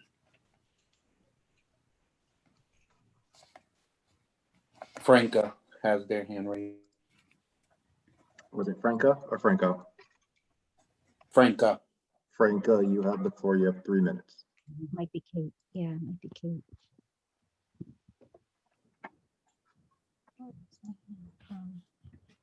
Who goes there?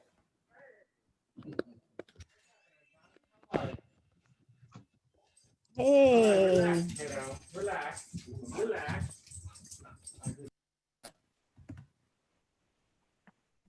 All righty, Franca, you have the floor.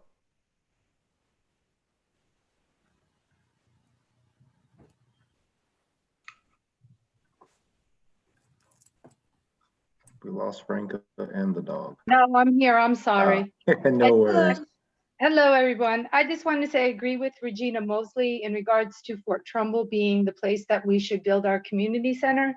I also feel it's important that we have access to the waterways, which would encourage sailing as well as rowing, and we could collaborate with our community partners like the Coast Guard, who has a rowing team, and could definitely spend time with the kids, teaching them how to row and sail.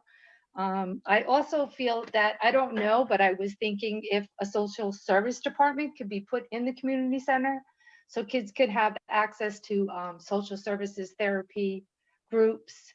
So I thought that would be a really good idea to help, you know, these children who are facing some tough times have a place to go where they can talk to somebody and receive services.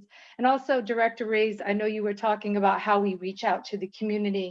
I think a good idea would reach out to New London Public Schools, have them send out a robocall about these meetings. So the parents who have these children who will be attending these recreation at the community center, they should have some input. And I think a lot of parents didn't know about this meeting tonight. So if you can collaborate with New London Public Schools possibly in sending a meeting out or a notice, that would be helpful. Thank you. Councilor Goodwin, can I jump in there just real quick? This is the mayor. Yes. Seconds. Yeah, I think Franco's comments are excellent on at least 2 points, but I think that's a great idea. If the consultants want to work with the school district and have a similar meeting focused on, maybe work through the Board of Ed president to set up a meeting through that, you know, through the Board of Ed. I think that's a great suggestion. And also there is, and I'm not sure the consultants were made aware of this, but there is public access to the waterfront. The city has public access to the waterfront at Fort Trumbull. It's on the north side of parcel 2, facing downtown. So there's waterfront access along the whole peninsula, but there is actually open waterfront that's accessible. Great. And Franca, I also wanted to address your comment about the possible co-location of social services. Right. As we move forward into the financials phase, we're going to be doing a deeper dive into what different partnership structures may look like. Right. And always with the look of making sure that New London residents are the primary beneficiary. So we will be having those conversations as we move forward. So your comment is much appreciated. Thank you. And thank you for considering that. I think that that's what really grows healthy and strong kids. I mean, that's when we need to get them and really support them, not just with the community center, but also with the social aspect of, you know, supporting them. So I appreciate you even considering that and thinking about that in your proposal. Thank you. All righty, Dan. Do we have another hand up? Alicia McAvey. Alicia, you have the floor. You have 3 minutes. Thank you, everybody, for this presentation. I've learned a lot tonight. This might come at another time, or I apologize if I have missed it. I am curious if you could talk a little bit about the ownership and management structure. I know that Park and Recs will operate out of there, but will the city own the building? Will they be managing all of the activities and getting all of the income? Like, how does all of that work? Director Reyes. Sure, absolutely. This is Felix Reyes. Hi, Alicia.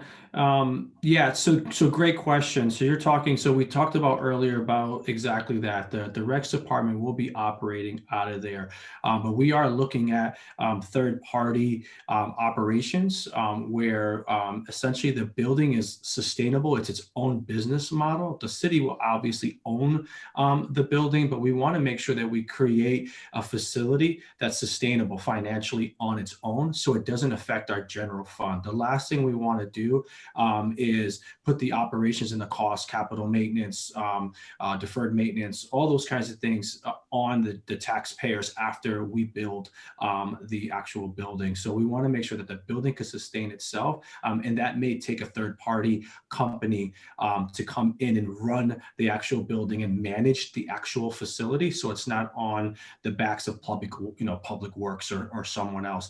else. So that's been the model. That's what we've told council from the beginning, that this project, and that's what Brailsford and Dunleavy is working on, is to create a building that's self-sustainable financially. So the possibility of having a third party, similar to like how we run Ocean Beach and Dave Chagru, it's a city asset, but it's run by a third party. So the building will be owned by the city and the taxpayers. Thank you, Director Reyes. Dan, do we have any more hands? Yes, there is Clayton Potter. Mr. Potter, you have 3 minutes, sir.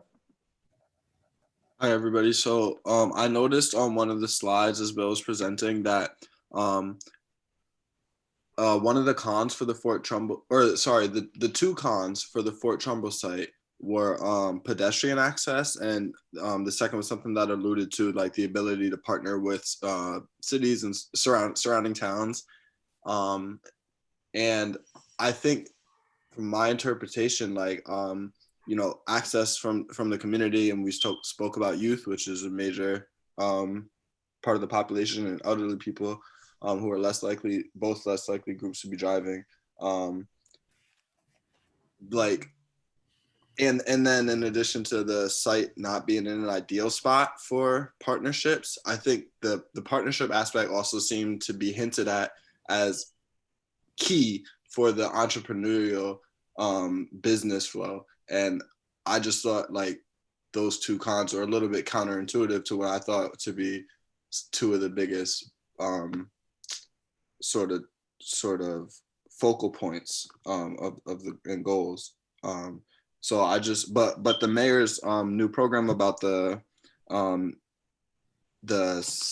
mini transit system, the local transit system, that sounds really cool and really exciting. So I just want to again be thinking about like access and making sure people can be there every day and really use the facility. So thanks, y'all.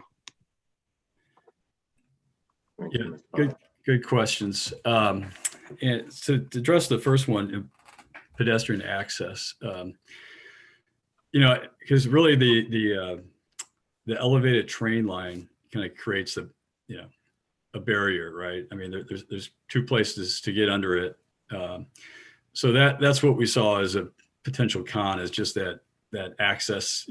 Obviously you can get there. You got to go through those two controlled spaces, at least close to the rec center. So that's just something to consider.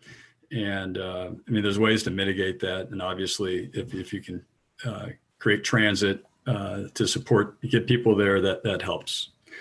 I mean, with regard to the second one, what we were, the slide was mentioning was the opportunity to partner with other city agencies and or authorities. And really what we meant there was the opportunity to partner, say, with the schools, right?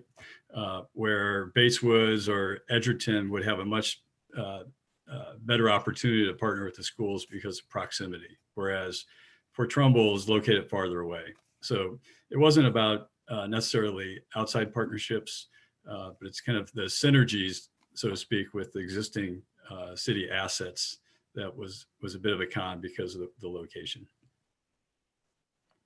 So another point that I'd like to add to the partnership within city assets, whenever we're talking about recreational facilities, we also want to have a consideration about what people's real life looks like. So we've talked a lot about, and we've heard a lot about, the need to partner with the high schools.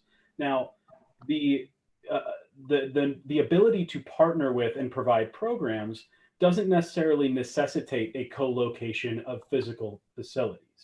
Now, we want to be able to provide the right youth development. So when we talk about youth growing up into adults and into adulthood, we want their educational experience to be reflective of their adult experience.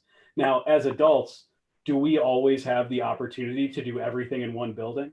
Do we all work in the same place that we live and recreate? I mean, currently we do because of the pandemic, but as we move forward and come out of this, that's not always the case. And so we want the youth education to also be reflective of that. And so there is opportunity to promote youth development by having services and recreational opportunities that are not always exactly where they are at every minute of the day. I'll add on as well. One thing we've heard in our initial, we've had some interviews and stakeholder conversations, is that, the partnership with, we've talked about the schools as an example, but other partners, it's great, but sometimes a downside might be access issues. If you have, something that's a school, it's adjacent to a school or right by a school, is everyone in the community able to get there all the time? Is the school basketball team in there not letting free play from another group? So from that perspective, it's not as much of a con as we saw it, and that's why we ranked Fort Trumbull as the most practical. That even co-locating isn't always the best solution. Thank you for that response. Thank you for the question. So we'll take 2 more questions, and then I'll leave it to council to have a final question and or comment before turning it over to you guys for final words and next steps for us of what to look forward to. So Dan, if you could give me the last 2, and actually before I do that, let me reiterate, this is a work in progress. So I do want you guys to know you can continue to send your feedback, whether they're comments, suggestions, questions, to our administrative assistant, Jennifer Starts. That's J Starts with a Z at newlondonct.org. So feel free to utilize her as a resource to continue sending your information. This is a collaboration, so I wanted to note that you guys have ample opportunity to continue giving us your feedback. Dan, last 2 hands. We have Melissa and Wireless Zone iPad, which I believe is Juan Roman. Alrighty, Melissa, and for the record, if everyone can just state their name prior to speaking so we can keep track. And also this is being recorded. Hi, this is Melissa Ford. So I have a number of different questions as we've gone on.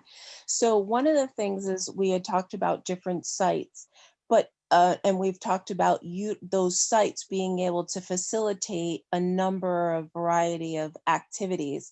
Have we looked at, or has it been considered that different sites hold different aspects of the community center? So it's not the building is in one site, but not necessarily everything that needs to encompass the community center is at one site. That's one question.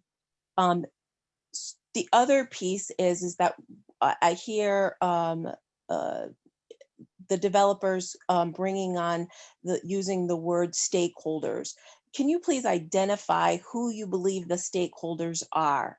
That would help us then understand what we need to then build. Each one of us probably see it from our perspective, but understanding what the stakeholders need and would be helpful. That's 2.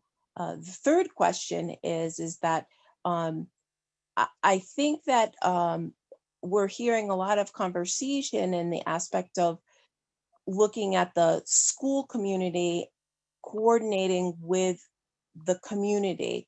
I think that comes from the magnet schools, that the school community, because we are a magnet district, has kind of, it's getting away from us as far as feeling like they are part of our community.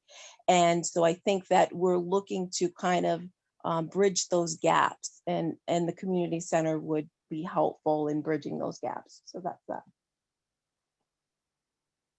Thank you. Thank you. That's really helpful. Oh, go ahead. I'm sorry, Councilmember. Nope, go right ahead. Just state your name prior to speaking. So This that is those that Katie follow. Lutton with Thank you. B&B.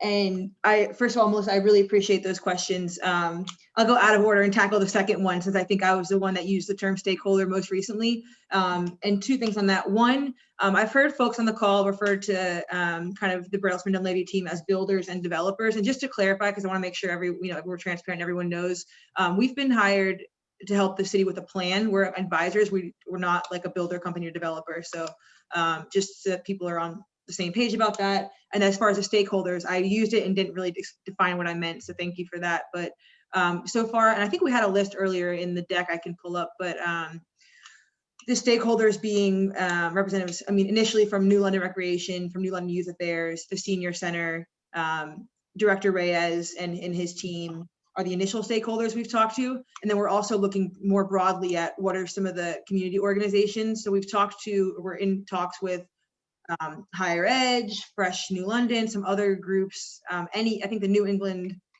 Science and Sailing or Sailing and Science, NESS.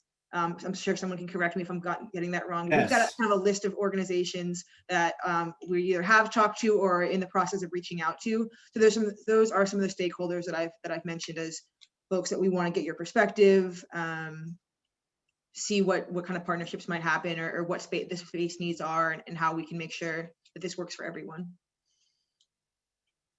And as far as your other two questions, your first one sounds like splitting up the components. Andrew, is that something you want to handle, or Director Reyes? I know that was part of our. Yeah, I'll start it off real quick. So I think the question you had asked really gets to what we in the recreation industry term, are you pursuing a satellite sort of operation or a central gathering place type of location? And when we worked through your core values and the city administration's core values that necessitate how we make decisions, it was very apparent that this facility act as a central gathering place. So it became very apparent early on that a central, I'll call it gateway or state of the art, that type of facility is what was most optimal for achieving targeted outcomes that were identified by the values of the residents. I would add, this is Felix from ODP. One thing on Melissa, and I think that's a good idea. I mean, a great point that you bring up, because what we will probably have to do once this is established is really start connecting all the facilities and how all our parks and all our tennis courts and the rec department does a great job of that. This will be part of that inventory of amenities for our community. But absolutely, I think there's going to be opportunity there to kind of relook at how all of that is branded. Same thing that happened when we created the sports complex at the high school. There was kind of a rebranding of outdoor fields that I think was helpful and attractive, not just to residents, but folks throughout the county and region. I believe the same thing is going to happen when this community center. We're going to add this to the inventory of amenities to our community, and then there's some type of rebranding of how do we kind of pull all the amenity and assets together so they're all working together cohesively. Thank you, Director Reyes. I'm sorry, you also reminded me there was one other point I wanted to add to the distinction between central versus satellite, and that's with regards to indoor space specifically. And anytime you start to split up those type of indoor program elements we've been discussing, it also increases operational cost when you start to transport staff between different locations for indoor facilities. So cost was another factor there. That's all. Thank you. All right, thank you, sir. Dan, one final hand for me. We have, I think, Juan Roman, wireless zone iPad. Oh, yep. Mr. Roman, you have the floor, sir. And you have to unmute yourself.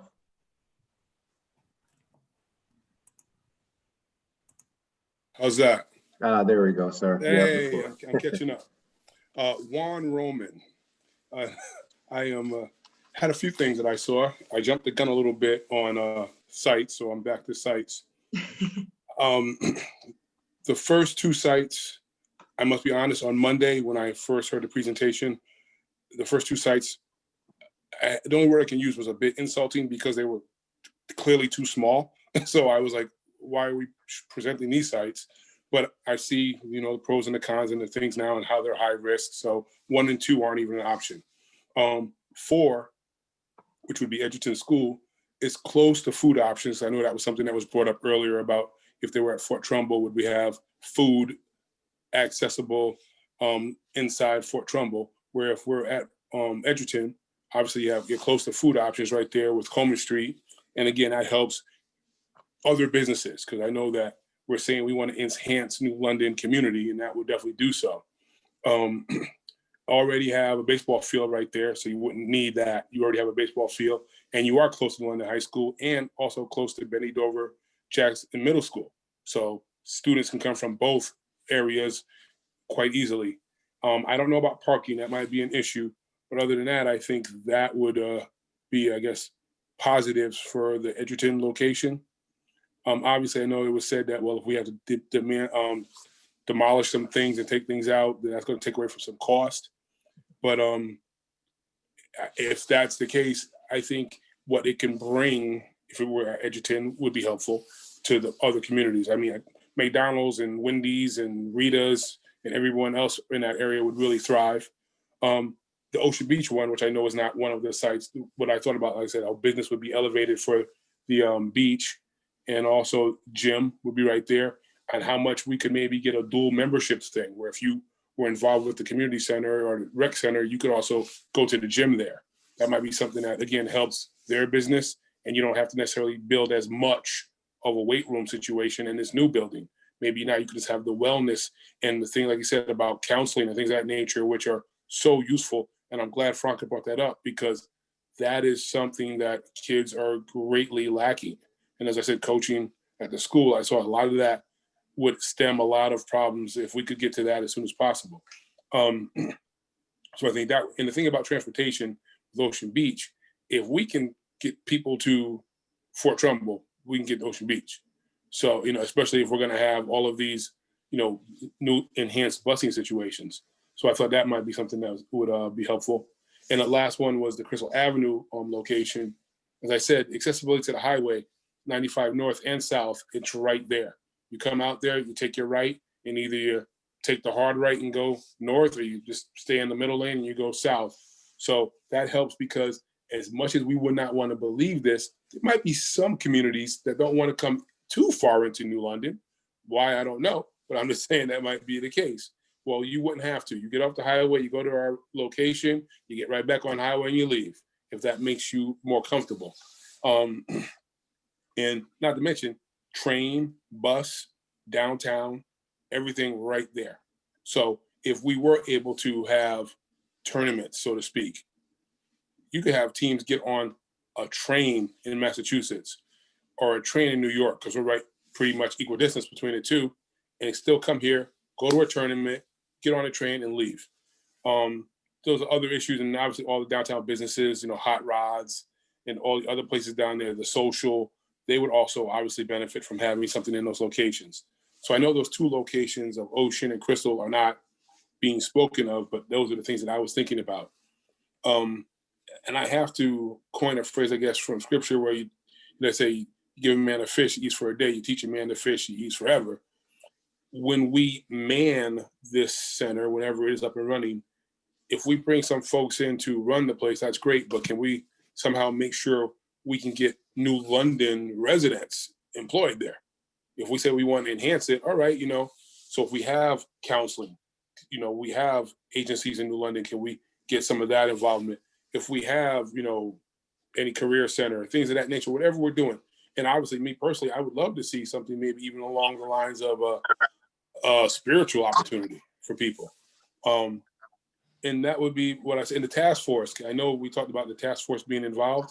Mr. Roman, you have 1 minute left. I don't need that much, but I'm just saying, in the task force, involvement, and I know that, we alluded to that. And it might be on me, so maybe I'm missing something.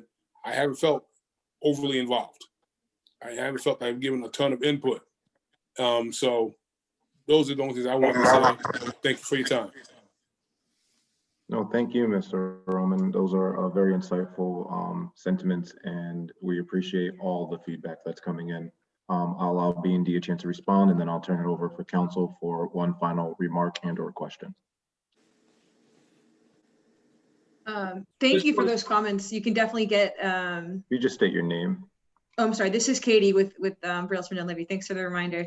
I was just gonna thank you again for the comments, just because it's obvious that New London very well. So that local perspective and then that expertise is super valuable in sharing that perspective. So thank you. Andrew, did you want to address any of the specific questions? I just wanted to mention that as we go into the financials, that's when we're really going to be looking at all of the different opportunities as it's related to job creation and all of those types of policies. So thank you for bringing it up. And it's a great segue into some of those next steps. Keeping it brief, November is for numbers, N. So we'll be working through financial modeling and economic impact and really getting an understanding of how these different elements come into play as we talk about the various trade-offs and ultimately resulting in the most optimal solution that can be provided to accommodate the demand for New London. All right, at this time, I'll entertain counselors that may have one final comment or one final question. And I also want to thank everyone for hanging in here with us and providing much needed feedback, taking the polls. This is a collaborative process, and I can't emphasize that much. So your input into this just creates a better output and a better outcome for all of us. With that said, Counselor Dice. This is Counselor Dice speaking. And first of all, I appreciate everyone coming out because it is about community. And I just want to say one thing that really touched me was when Ms. Mosley spoke about really looking at having deep conversation and truly thinking about healing for our community, and then going up another level, think about what is the best way to serve our community. So I hope everyone keep that in mind, and remember to email Jenny Starks, and remember that your input is valuable, and this is how we build and making a better community and supporting the needs of our youth and our seniors and our citizens of New London. Thank you. This was Counselor Dice. Thank you, Counselor Dice. Counselor Sadi. Thank you. This is Counselor John Sadi. I'll echo what Counselor Dice said to all the people that have spent the time and on this call. Thank you very much for all coming out. What I've gotten out of this conversation and listening to different people is that my own personal opinion, and it's subject to change. Building at Fort Trumbull, we'll be removing 7 acres of taxable property from our tax rolls. We already have way too much non-taxable property in our city. Plus, once you take land and make it into recreational land, you really can't get it back. So in the future, likewise with the Crystal Ave high-rise property, we're taking that, making it from non-taxable and hopefully moving it onto the tax rolls. And if we just take a look at, what's going on Howard Street with the A&R project, we're going to see hundreds and hundreds of thousands of dollars, which is going to, make it easier for us as a city to operate. If you take a look at a place like Bates Woods, that is very close to New London High School, please keep in mind we're spending somewhere between 20 and 30 million on performing arts. So having a community center close to those spaces would, at least during the summer times, during camp time, make it easier for children to walk back and forth to have access. There will be no need to spend money on things like tracks, football fields, soccer fields, baseball fields, tennis courts, because they are already there. We should not be turning taxable land into recreation land. Stop and think about the tax dollars that we do realize from some of the other places. Those are my thoughts. And again, I am open to everything that I've heard today. And I think that there's a lot more that has to go into this process before we even come close. Programming is very important. I still have not heard anything about, and I know November is for numbers, but all I've heard is a 67,000 square foot facility, serving on the school building maintenance committee. We're spending $100 million at the high school, $50 million at middle school, $30 million at the elementary schools. 67,000 square feet to me sounds that it's going to cost in the tens of millions of dollars. How do we go about affording that? Lastly, regarding the Fort Trumbull area, there are pros, okay? It's going to sit right in the middle of our largest employer, which is Electric Boat, okay? And that will enhance that employer and hopefully bring people into the community. It will also give the people of the new housing developments on Howard Street and on Bank Street, as well as the south end of town where people generally have transportation. It will give them a great asset to the city. So I'm not saying we have to rule out the Fort Trumbull area. But again, please take into consideration the amount of tax loss, hundreds of thousands of dollars in tax a year we'll lose by giving away 7 acres. This is Councilor Sadi. Thank you all for coming out tonight, and thank you for the opportunity to speak on this matter. Thank you, Councilor Sadi. Councilor Booker. Yes, thank you very much, Councilor Goodwin, and also Director Reyes as well. I just have a comment. Just want to thank Sanath, Katie, Andrew, and Bill for your presentation this evening on this project. I am looking forward to you sharing the poll data that was collected this evening from our community. It is extremely important to know the needs and desires of our residents, and I appreciate you including the polling component during your presentation. I would like to thank everyone in attendance for attending this presentation and for providing your insight on this project. This project can only be successful with all of us working together as a community.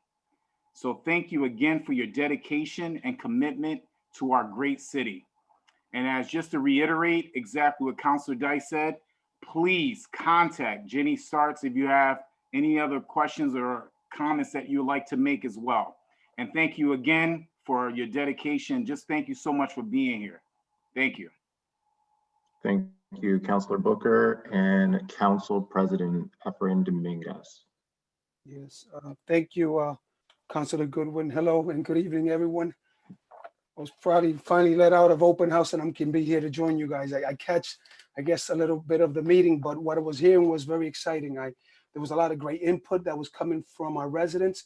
There was like a total, I think, 67 when I arrived, joining in the meeting. So just what I took away really from the meeting, there was 2 things that I saw that we had not spoken about.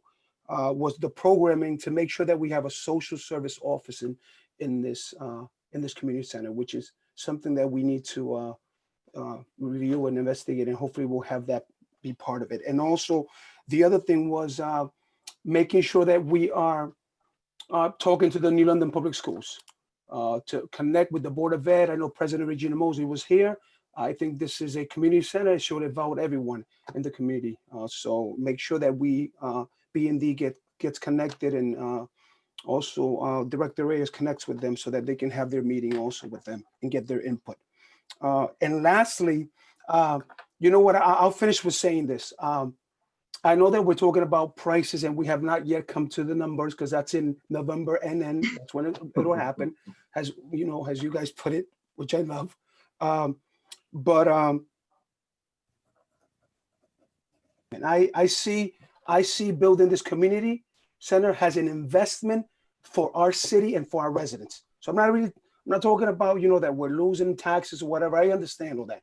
I mean, we've been paying taxes for the past 8 years that I've been. They've been exorbitant amount. So we need to give back to our residents. And I believe we're building this for our residents, for the city of New London residents, and others, of course, can come. You know what I mean? But it's mainly for them. So just because sometimes we always put that, and you know, we have always give, but we haven't received. So I think this is a community center will be a welcoming place for everyone, and especially for our residents. And in the past, I've been living here 40 years, and we've never, ever had a community center. So I will be proud to be part of it and support it. And one thing that I know, according to what the design team have stated, that this is going to be a building that will be self-sustainable. So I'm looking forward to that, to find out a little more numbers. I don't want to talk about the sites now. You know, I know that Katie had mentioned that this community center has to have at least 4 acres. So if we need 4 acres, then that's what we need to build, a place that has enough land that we can build though. We don't want to decrease it, because then we're not doing, then we're not building what we want. And if we're going to do something, we got to do it right. That's my motto. And I think, you know what, if we need those 4 acres, if it's suitable for Trumbull, then it is. If it's another place that's suitable, let it be. But for now, that's what I'm going to say, because I could keep talking on. But I just want to thank each of you, B&D, and everyone that was here this evening, and also Councilor Curtis for running such a great meeting this evening. Thank you for entrusting me, Council President. You're welcome. I think I'll end on those 2 notes that you gave. I think 2 important things for us to remember in trying to do something like this is connectivity. Connecting all the dots of our city is something we haven't been able to do correctly. And I'm born and raised in New London, as council president and many other people are, and connectivity is just not one of those things we've put enough into. The other thing is understanding what an investment is for future generation. Those are the two things that we have to understand. And then the last thing is understanding that if you look around the newspaper, the media, just go on Facebook or Google, you'll see other cities and they're under duress. They're facing financial stress. There's a lot of unrest. There's Black Lives Matter, there's COVID, there's a host of different things that, you know, are confining them and suppressing them. And here, our little city of just over 5 acres, we are talking about connectivity, bridging gaps, and the possible building of a community center that we've been waiting for decades. That is a blessing for us to be in this position. So let's not lose hope. Let's not lose sight of the goal. And let's make sure that we are constructive in getting to the goal, because we're truly fortunate to have this type of conversation during so much that's going wrong in the world. So I just wanted to make sure that we keep this in perspective. And thank you to Felix and the mayor. When we started this, we were on the YMCA, and I am a champion of, you know, the Y is great, but is there better out there? And I am so happy that, you know, we are embarking on something that is New London first, and that really brings back that Whaler pride. So thank you to B&D for helping us connect those dots, doing the research, and just going through and through with us to make sure that we get the outcome that not only we expect, that one that we can afford. So with that, I will turn it over to B&D, Director Reyes, if you guys have any final thoughts or any next steps that we missed. And again, you can reach out to our council assistant, Jenny Starks, with any questions or thoughts or comments for council and for B&D and the administration. Thank you, Councilor Goodwin. This is Felix Reyes, Director of ODP. The only thing I have to say is just a big thank you for those that came out. I know the numbers and participants have been dwindling. I'm sure parents have to put their kids to bed, and a lot of things. This meeting went on more than a couple hours, but I think it was all worth it. I thought the meeting tonight was very powerful in itself, right? Just thinking about all of us coming together and speaking on the goals of this city and how we can work together on getting there. And we found out that everyone has, you know, different ideas. Some are against things, some are for things, but at the end of the day, the goal is the same, right? We want to get to a place where we all understand that the community center and a central meeting place, something that we can be proud of, is the ultimate goal. And we'll get there. And I'm confident in that. Being a Whaler myself, I'm confident in the people of New London to work together to get us there. So with that, I will hand it off to Andrew for his next steps and what we can expect in the upcoming weeks. Thank you. Thank you, Director Reyes, and thank you again to everyone who is involved. As we've said, a plan can't be formulated in its most optimal way without your feedback. So this is very important to us, and we really appreciate what you've all said. We've heard you, and we're the very first next step is we're going to be making sure to go back through and respond to any remaining questions that weren't addressed during this meeting. So all of that information will become available. And following that, we'll be moving through a more detailed financial and economic impact modeling so that we can truly understand the financial and development feasibility of this recreation center, not just in terms of, including project budget, ongoing operational expenses, and really ensuring that as we move forward, this facility is financially sustainable for the long term to accommodate all of the demand that we've discussed today. Okay, and with that, I'll thank you again, and we'll be ready to rock and roll. Let's get this thing done. I appreciate it. That was my kickoff back to me. Thank you.